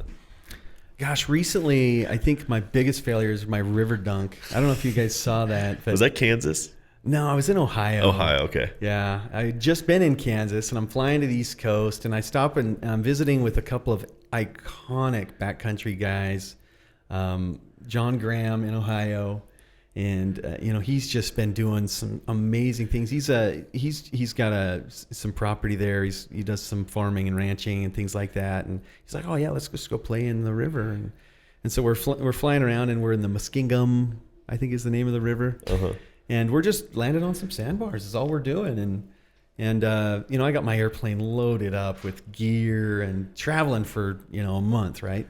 And so we're in this riverbed, and I've got this ferry bladder in there for, carrying extra fuel for long trips and stuff. And I had configured it incorrectly because we're making a YouTube video, and, you get busy and you just get outside of your normal safety process, and not using checklists. The checklist gets left behind. Yeah, Greg Swingle comes up and he's, hey, I just water skied onto a sandbar and landed, and Greg's like, that was awesome, but I missed it. Can you take off and come back and do it again so I can catch it? I'm like, oh, yeah, cool. And so when I had landed and shut down my airplane, I checked my fuel bladder, and I noticed that I had a small fuel imbalance. I didn't think I had much fuel in there, but I just threw on the pump to try and pump a little bit of fuel into my tank, into the wing tank. And, when that bladder tank becomes starved, it can pump air into your fuel system, which you normally would never have that pump on while the airplane's running at all. Yeah. But he comes up to the window while I'm still strapped in and says, hey, can you take off and land again? Well, I forgot that I had switched that thing on. And so I go fly over to another sandbar, turn around, and I take off. I don't get but 10 feet in the air, and the engine starts going cluck, cluck, cluck, cluck, cluck. And then, like, within a few seconds... Your reactions were great, though. It stopped. I just see you, like... And for me, it felt like slow motion. It felt like I had all day long to make those decisions. And the first decision I made is, I'm not making it to that other sandbar unless I can get the engine going. I literally had 1 or 2 seconds, and I knew exactly what I had done. So I reached down, I turn off the fuel bladder, and I start pumping the throttle. Yeah. I think I got 2 pumps out of it, and then the propeller completely stops, and I know I'm committed. There's no way I have even time, because I'm 5 feet above the water at this point. Oh my God. I don't have time to hit the starter. I knew I'd resolved the issue, and I was going to get fuel, but I didn't have time. And I remember my training doing the water skiing and the water assisted landings. I know that my airplane is going to come to a stop much slower if I'm on the water than if I stall above the water and then plunk it in. So you want to use the water now to go a little below stall speed. So I looked down at my airspeed indicator, and I could feel that I was going relatively fast. I was doing about 45. My airplane stalls about 35. But I know if I'm on the water and I got my wheels You're on about the water, 25. No, I'm stalling at like 20. Okay. And so I put my wheel on the water, and then I also don't want to worry about Greg and John on the sandbar. I don't want to hit them, and I just don't even want to worry about them. So I turned a little bit so that I could have them in my line of sight, and just so I can work my problem. I set the wheels on the water, and I water ski it down, and then it's just so painful to talk about. If you watch the video, you see the look on my face. I literally go white like a ghost, and I'm just like, oh, fuck. You do say that. I remember. It's bleeped in the video because it's a family-friendly channel, but I literally was terrified. I'm like, I don't know is the water 10 feet deep? Am I going to be swimming? I'm just like ready for anything at this point. But I'm such a wuss, man. I'm a deer in headlights. I literally just froze, and it's so disappointing. You know, I have enough flight hours, but I don't have a lot of egress practice. Yeah. Who practices that? I should. I don't, but I should. Looking back on it, yeah. Now we maybe should. And I have since then. You know, I've done some egress training, and I sit in my hangar. And I'm like, okay, if I ever am in, doing that again, I got to be ready to pop the seatbelt, get the door open. I mean, I'd nosed the airplane over, and the door was still latched. So what's the first thing they teach in your flight training? Open your door. Pop your door open. Pop your door open. And I just did so many things wrong, and I feel horrible about it. But you post the video so that maybe somebody else can learn, and it's out there for people to see. And I did screw up. I misconfigured my fuel system, and I didn't do any proper egress. So you can completely put it in the water. I put it in the water. It came up on its nose. But the thing is my GPS showed that I was only doing about 12 miles an hour when I nosed over. That's how effective that water landing was. Wow. And so I got down. I was dragging the tail in the water. I had a tail wheel camera on. I have a wing out on I have a camera on the wing. But the footage was so good. I know. And people were like, he must have done it on purpose because there's like five freaking angles. Just for YouTube, you liar. Well, we were making a YouTube video. Yeah. It just so happened to screw up while I was making a YouTube video. It was supposed to be an adventure video and popping off and on sandbars. That was quite the adventure, wasn't it? Oh, it was horrible. But, I mean, damage-wise, though, you got really lucky. I got so lucky. I had just put on a new propeller made by this Chinese company, which I get a lot of crap about not using an American-made propeller, but I want to use the best, and they had custom-made this prop for me. And they clocked it a little bit weird, and so it didn't have, the holes didn't line up. So, normally airplane propellers are set up to when they come to a stop, you can hand prop it. Yeah. Well, when mine comes to a stop, it stops horizontally. Oh, so my propeller completely stops horizontally. So there's no prop strike. And since I settled down into the silt on the riverbed, and the water was maybe 1.5 feet deep, but then the silt was like maybe a 6-inch pillow. So honestly, I didn't feel any jolt. I settled down, the plane nosed over, and it was like settling down onto a marshmallow. Just squish. And it was like, boom. I'm like, what the?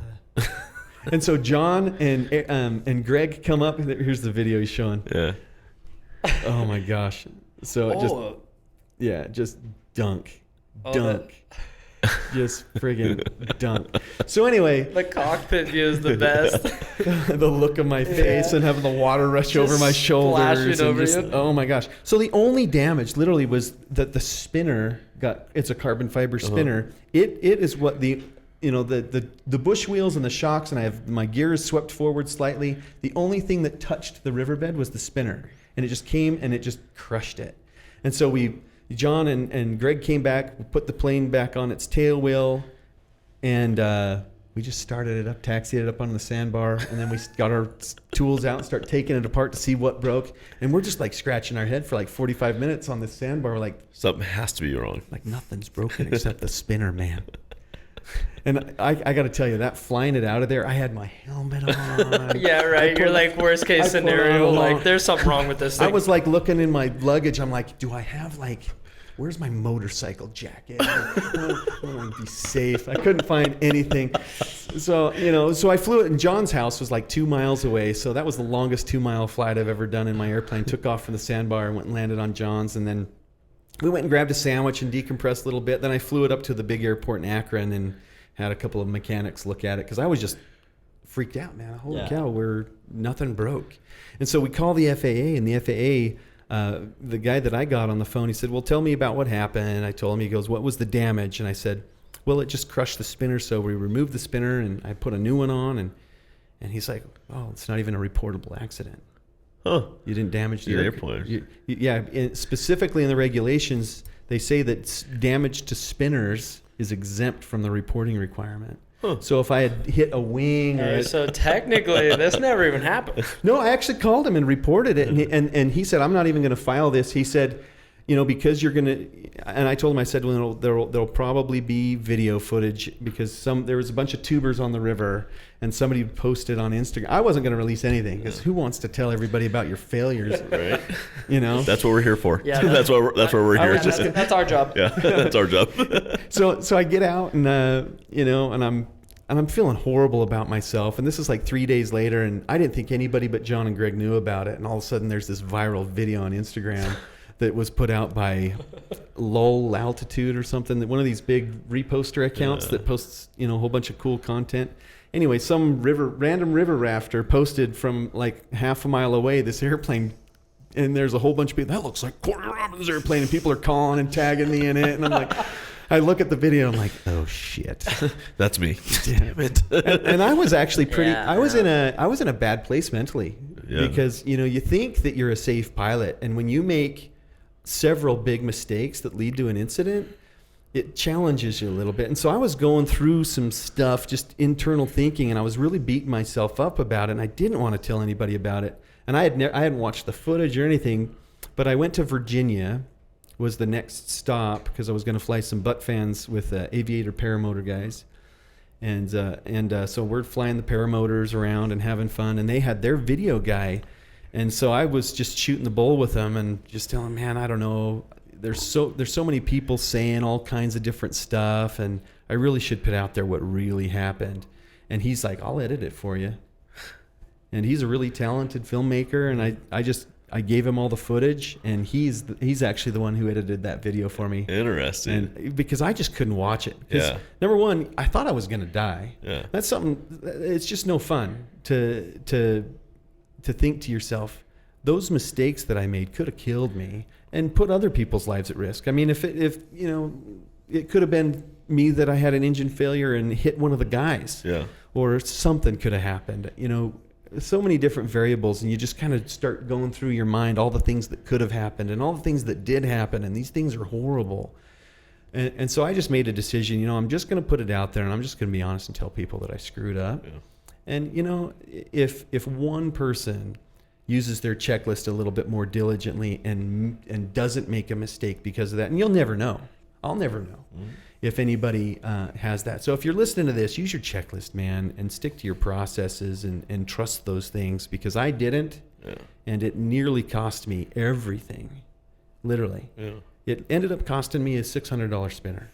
That's it. And that's a sponsored spinner anyway. Yeah, there we go. Those guys are awesome. They FedExed me a spinner. But, the fact of the matter is I could have been killed, other people's lives. I could have damaged a beautiful airplane. My airplane's awesome. Yeah. And I would have felt bad about damaging it. I've put so much work into customizing that thing and making it the perfect airplane for me. I mean, I don't know if you shoot, but they're, the Carbon Cub is the AR-15 of airplanes. Yeah. They're so customizable. There's so many attachments and cool little accessories and things you can do to it. And heck, I'm doing some mods right now to it. Yeah. And it's a never-ending project to just make it better and better and better for what you want to do with it. And I've got a configuration I use for competition, and I've got a configuration I use for travel. I got a configuration I use for going out and dirt biking with it, just playing. And so it's just such an awesome airplane. But going back, and the lesson I learned that I hope that your audience takes, it doesn't matter what you're doing. You can be riding dirt bike, you can be boating, you can be parasailing. Doesn't matter what you're doing, but just stick to the process and trust those processes, because those things do keep you safe. Oh yeah, they're there for a reason. Yeah. Someone else before us put them there, because it was a lesson learned. And the tough side about aviation is our laws are written in blood. And, that's hard. And talked about this on the last podcast is there's a realization that we have in the back of your head as a pilot. You try not to put it on your shoulders, but you kind of got to have it just sitting back there and know what's there. But our job, like every time we shut that door, we don't know what's going to happen. We have to trust our skills, that we can rely that we're flying a safe aircraft or something like that. But if something goes wrong and we have a bad day, people die. And that's a very hard thing to put on your shoulders. I mean, I was at Reno Air Races, 50 feet in the ground, 50 feet away from where Jimmy put his airplane into the boxes. I've watched the Thunder Mustang cartwheel across the fields out there. I've watched mid-airs out there. Luckily, I've never had an incident on myself, but that's the hard part. And like your realization, you're out there flying with your buddies and people on shore, and like that could have gone a lot worse than it did. And there's a consequence we pay. We try to always critique ourselves and be the very best every single day when we get in that aircraft. But when mistakes happen, they can be very serious. And luckily, you walked away just fine with that one. But yeah. And the nice thing about bush planes, though, is they're the world's easiest airplanes to fly. Yeah. The Super Cubs, super simple. It's amazing. All these bush planes are there's a reason why we're able to get them in and out of these ridiculous places. They're just so easy and so forgiving to fly. You could learn to fly in any of these airplanes. Yeah. You really could. And so, I don't want to put it out there, hey, come join aviation. It's super scary and risky and you're all going to die. Yeah. Because you're not. No, you're not. If you trust those processes, it's very safe. I mean, all my flying, I've never flown professionally, but I have, I think right in the neighborhood of about 4,000 hours. That's a lot of flight time just going out and playing with bush planes. Yeah. And so I have a lot of experience, and I knew better, but, you get to that. Overconfidence is also something you need to be aware of. I just was super confident in my airplane, and I just turned the key and went full send. And you just full send, baby. You just can't necessarily do that all the time and come out the other sides in one piece. Luckily, I did, and that's my ticket. I got it punched, and maybe next time I won't be so lucky. So let's just not let there be a next time. Yeah, maybe just don't have that next time. The respect to general aviation, we don't want to scare anyone away, because it is fun. It's very safe, and we train to make ourselves extremely safe and be the best we can be. The cool thing that I always give to general aviation is you guys really have to train yourself on emergency procedures. Where us on the professional side, every 6 months we go to school and we train on pretty much failing aircrafts for a week. We sit there and fly a broken airplane for a week. That's all we're learning how to do. We're not learning how to fly a perfectly good airplane anymore. We learn problems, and that's all we're doing is problem solving. General aviation, you guys kind of got to depend on yourself to know how to, you go through your check rides, you go through your training, but after that, your recurrence and stuff like that, that's all kind of up on you. How you're going to act in emergency. Flying over the wilderness, like you said, I'm flying over downtown LA. Where am I going to land right now? Is it the 405, the LA River, or on top of a building? Or a golf Walmart. Oh yeah, or a golf course. But those are realizations. You have to have that cognitive thinking all the time. Like, single engine airplane, I lose my engine, I can't get it restarted. Where am I going? Where am I putting this thing? Right. Yeah. And with you, it's cool. I like the bush plane. You guys are able to come down very controllably and very slow, and be able to stop and pretty much in an emergency get that thing into some tight spots and be perfectly fine. And we've had them. I mean, we have had, I fly a crew to Oshkosh every year. We start it in on the coast, and then we all meet up kind of in either Salt Lake or somewhere along the route. But by the time we get to the Midwest, gosh, I think we have 25 airplanes in the group. Jeez. And it's just about every year somebody has some sort of a failure. And you get to the point where you're checking up on everybody and you're helping everybody. Hey, how's your fuel? How's this? How's that? But sometimes you throw a rod, like Hal Stockman last year. He threw a piston rod, and it literally punched a hole on both sides of his engine. Oh my! And the only thing he says, because I fly with Hal, he's one of the flying cowboys, and he's such a good pilot. The only thing he does, he comes up on the radio and he goes, "Well, my engine just quit."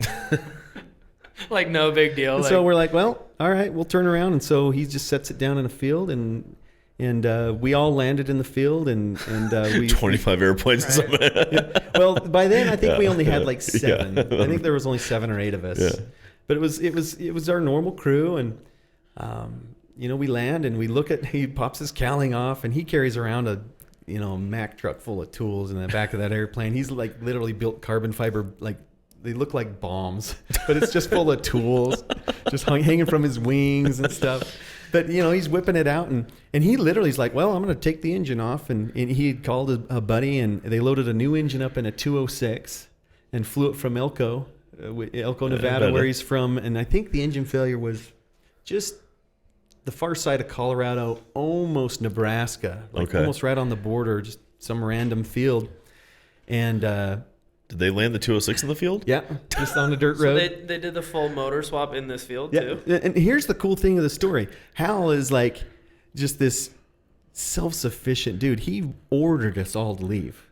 He's like, "I got my engine on the way. You guys go, and I'll meet you there." And he beat us to Oshkosh. No After shit. a full swap. No shit. He Full engine swap in the field. He pulls out his tent. He camps the night. You guys are landing. He's like, "Where you been?" Yeah. So that evening, How did you get here? He completely removed the engine and packed it up. He basically pickled it. It's ready to go for long-term storage. And then he's got the firewall forward completely set up, ready for a new engine. The new engine comes, and in 3 hours, he's back in the air on the way to Oshkosh. That's pretty gnarly. The dude is a machine, but that's just a testament to some of these guys have such incredible skill, and not just at the stick, in the cockpit. These guys are fantastic, and Hal does this professionally. He builds our airplane engines for a living. That's what he does. He's like known in the West as the Rotax Whisperer. Rotax Whisperer. Yeah, like he'll take a 50 horsepower engine and turn 110 horsepower out of it. And that's what he was doing, and that's why he's throwing those wrongs. A little bit high compression ratios in that thing. I gotta tell you, You got some pump pistons in that thing. You run those things hard enough that long, and you're gonna have some failures. And you know what? You're in a bush plane, so you're just gonna land. You have the failure, you take care of it. And a lot of people frown on that. Oh my gosh, the Flying Cowboys, they've had a lot of engine failures. Well, yeah.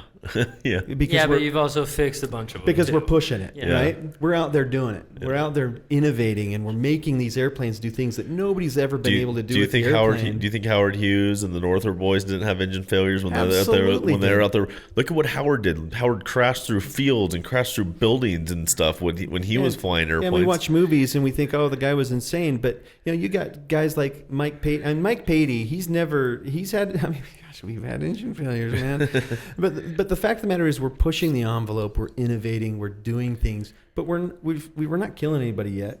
Hopefully that continues to go well. Yeah. But the fact of the matter is, anytime you're doing things on the edge, and it doesn't matter whether you're in the motocross world or you're in the aviation world, you're going to have accidents or incidents. You can take things, you can do the risk management. We have actually inventory sessions with each other pre and post flight where we debrief and we're like, okay, what went, we do these long trips and we have 20 airplanes in a formation and we're doing a left break like the military with 15 bush planes or 20 airplanes coming into this random airport in the Midwest. Break. And so, seriously, we'll call the tower and we'll be like, can we do a left overhead break?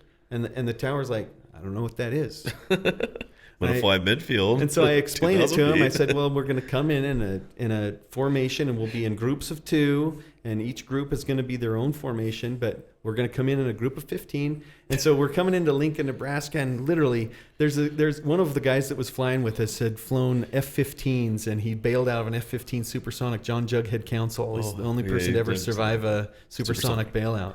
And so he's in our crew and he comes up and he goes, Cory, that was the most exciting thing I've ever done in an airplane. Not even in the military did I do a 15 ship left overhead break. You're like, bro, you jumped out of an airplane going supersonic. Yeah, I'm like, John is excited about a left overhead break with 15 bush planes in Lincoln, Nebraska. This guy bailed out of an airplane doing Mach 2. Yeah, right. That's gnarly. Broke almost every bone in his body. Yeah, he's got a really cool story. You should have him on the podcast. I would love to have him on the podcast. He's an amazing guy. Yeah, I'll give you his number. Insane. That would be cool. Yeah, we gotta. Yeah, I would love to get him. That'd be so fun. Guy, fantastic stories. So many cool. Where's he out people of? Is he Utah? Up in Washington. Oh, he's Washington? State. Okay. Yeah. We got people up there. We can make that happen. Well, I like you said, like the handy part.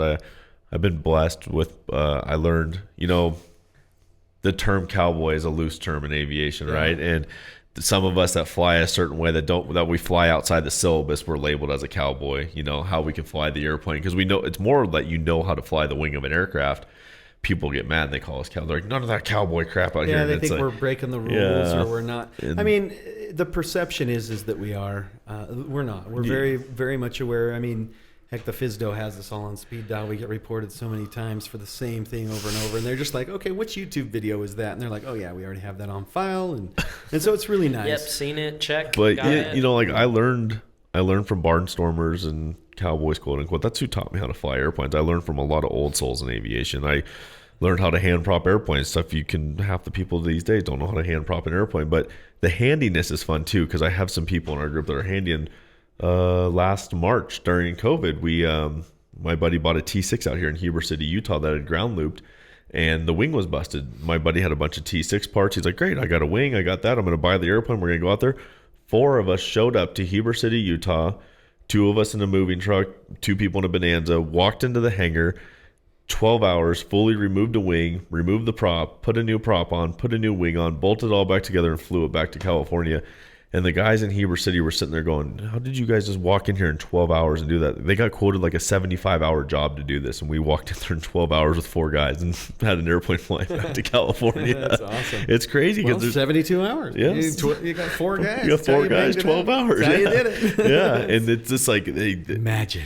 It's great when you see those handy guys, and that's fun. Like I've been able to wrench on like the warbirds and stuff, and I like learning how everything works. And it helps when you're out in the wilderness and you need to get out of there. He was laughing because I was like, yeah, duct tape works just as well on fabric. If you get, we're in the backcountry and we got to get out of there, we can duct tape our airplane and fly out. Yeah, I have a duct tape patch that lasted me a couple of months.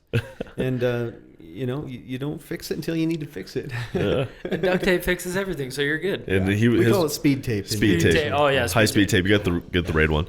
Yeah. But his mind was blown when he learned about the grizzly incident up in Alaska when that grizzly just mauled that airplane. They wrapped the whole thing in duct tape and flew the airplane. Well, I mean, like in my defense, just being like, oh, yeah, we wrapped a whole plane in duct tape and flew it. You're like, what?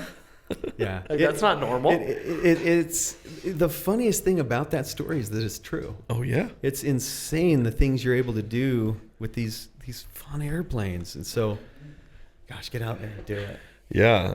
I mean, Cory, we're stoked to have you on the show. I'm definitely glad.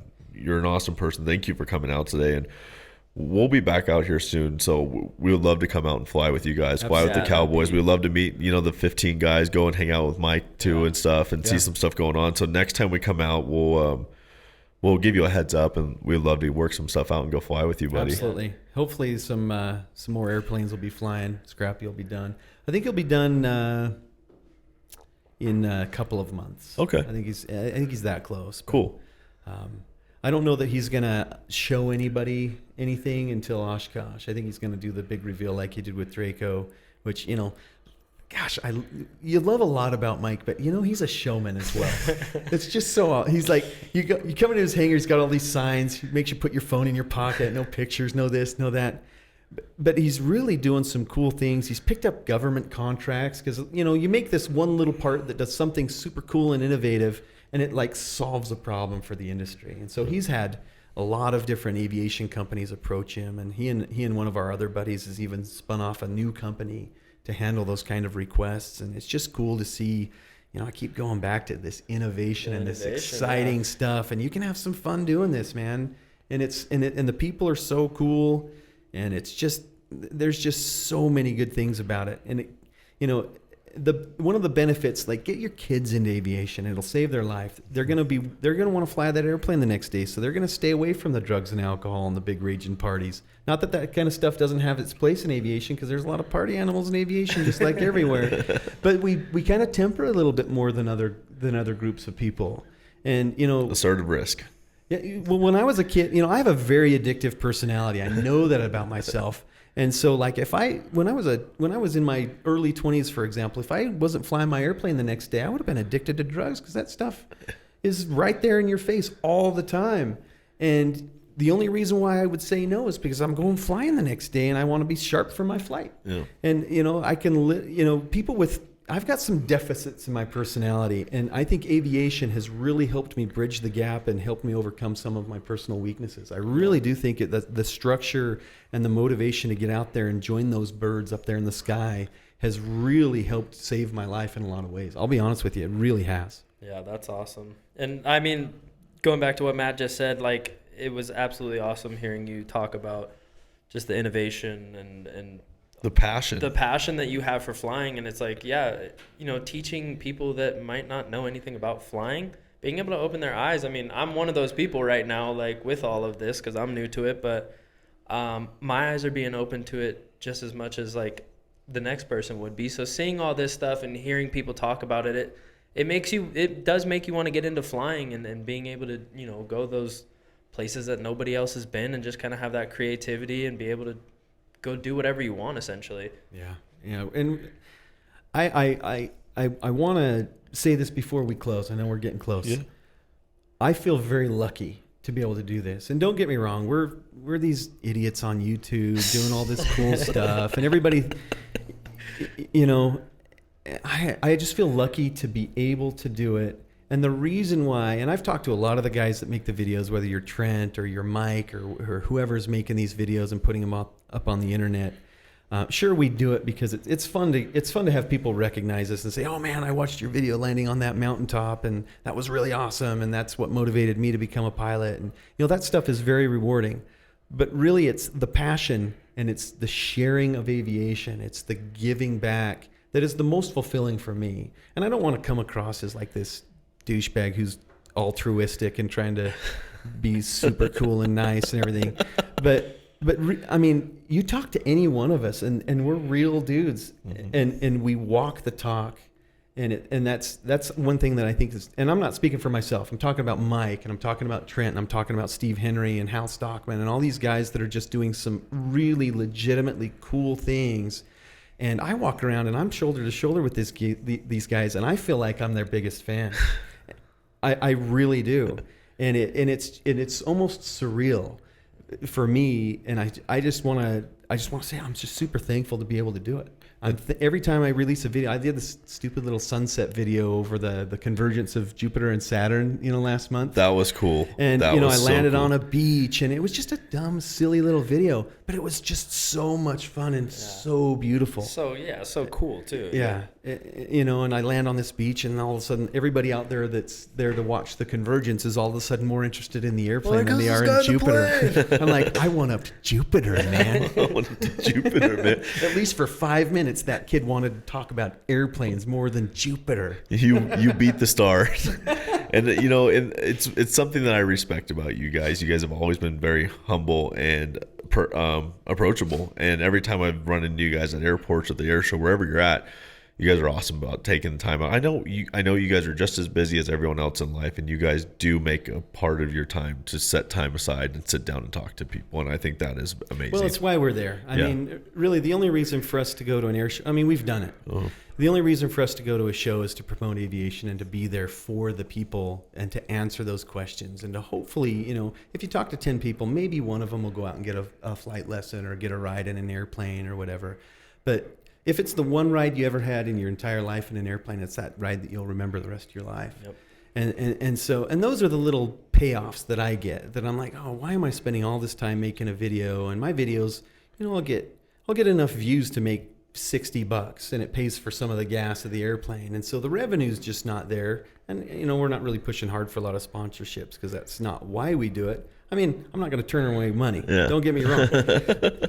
But the fact of the matter is, what the payoff is this guy, I have this wall in my office where the letters that you get, and I've got 2 letters on it. Mike's got hundreds, but I've got 2 letters where people, they took the time, they sent me a little care package, and they wrote me a letter, and they said, thanks, man, you inspired me to do this thing.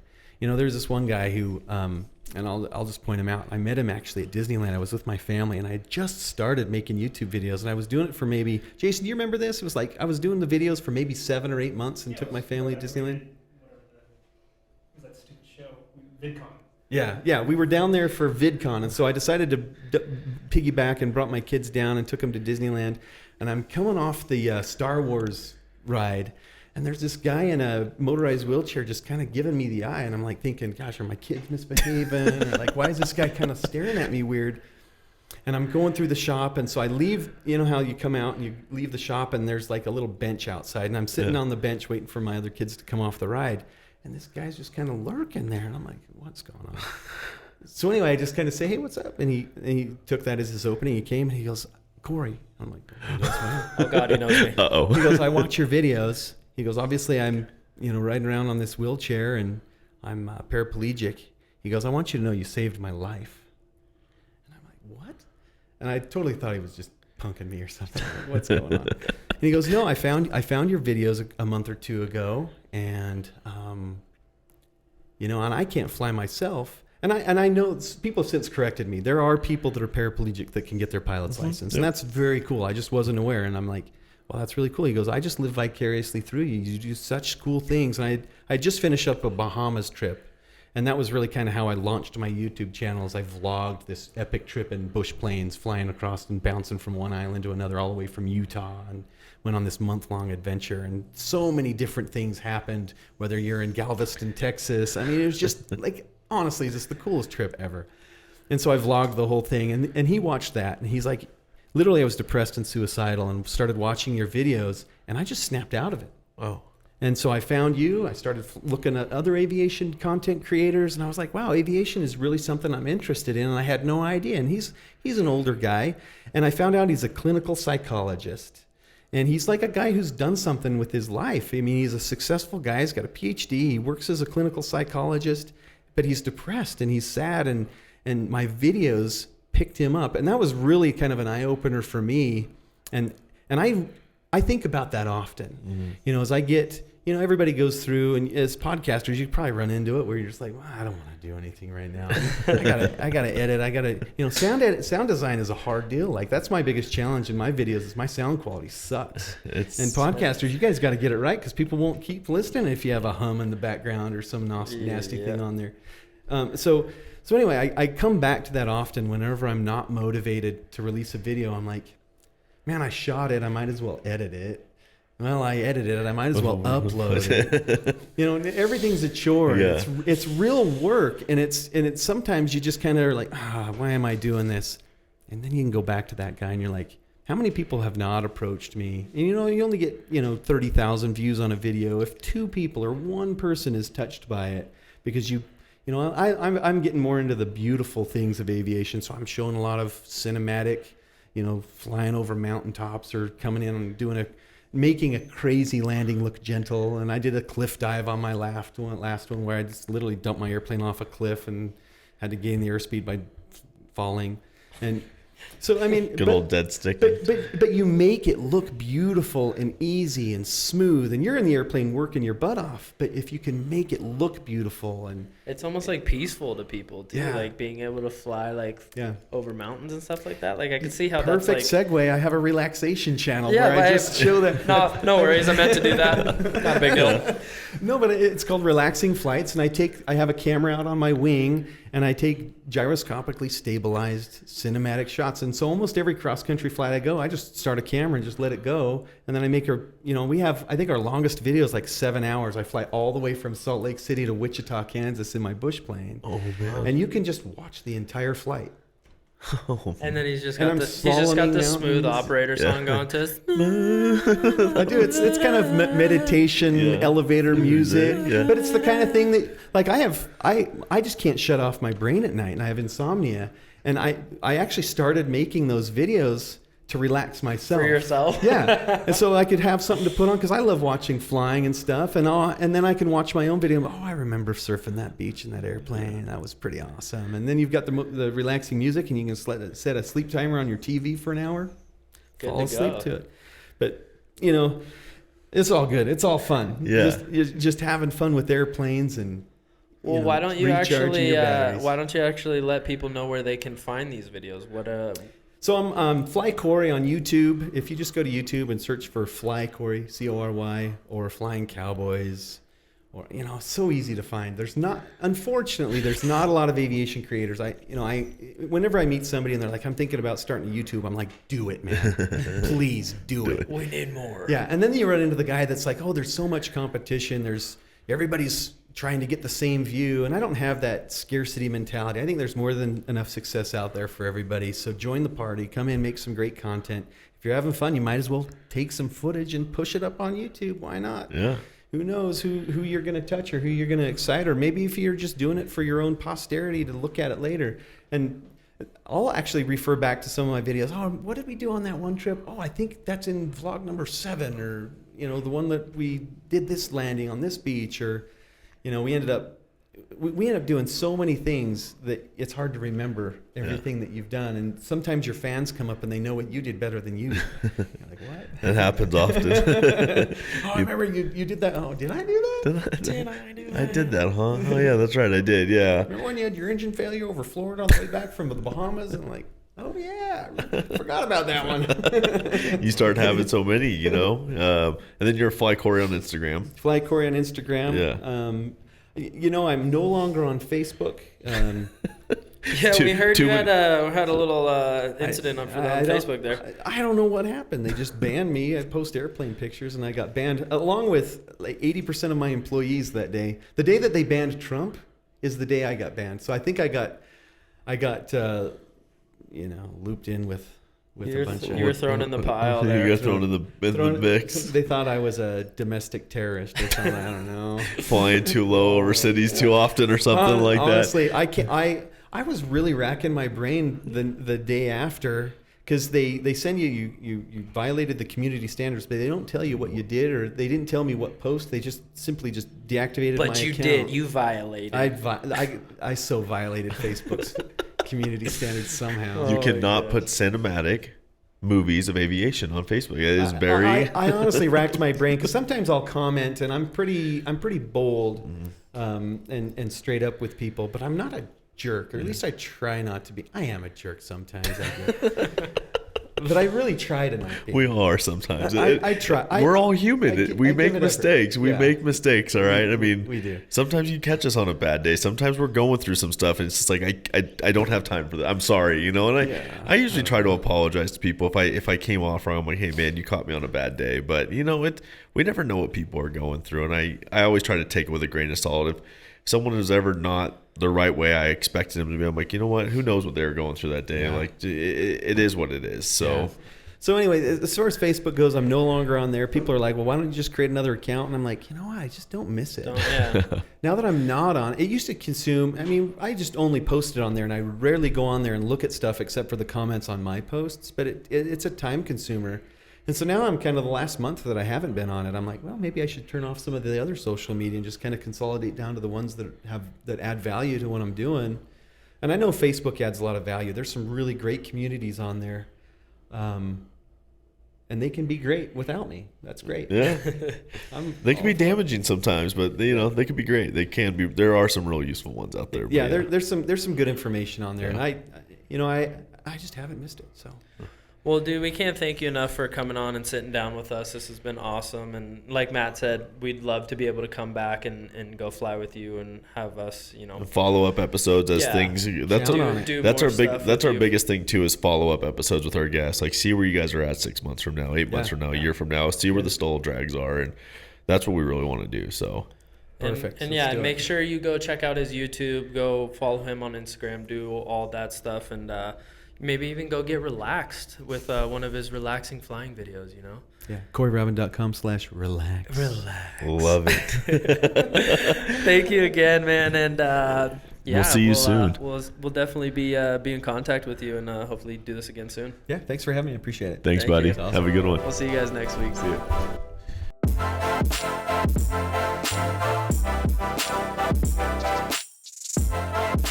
you.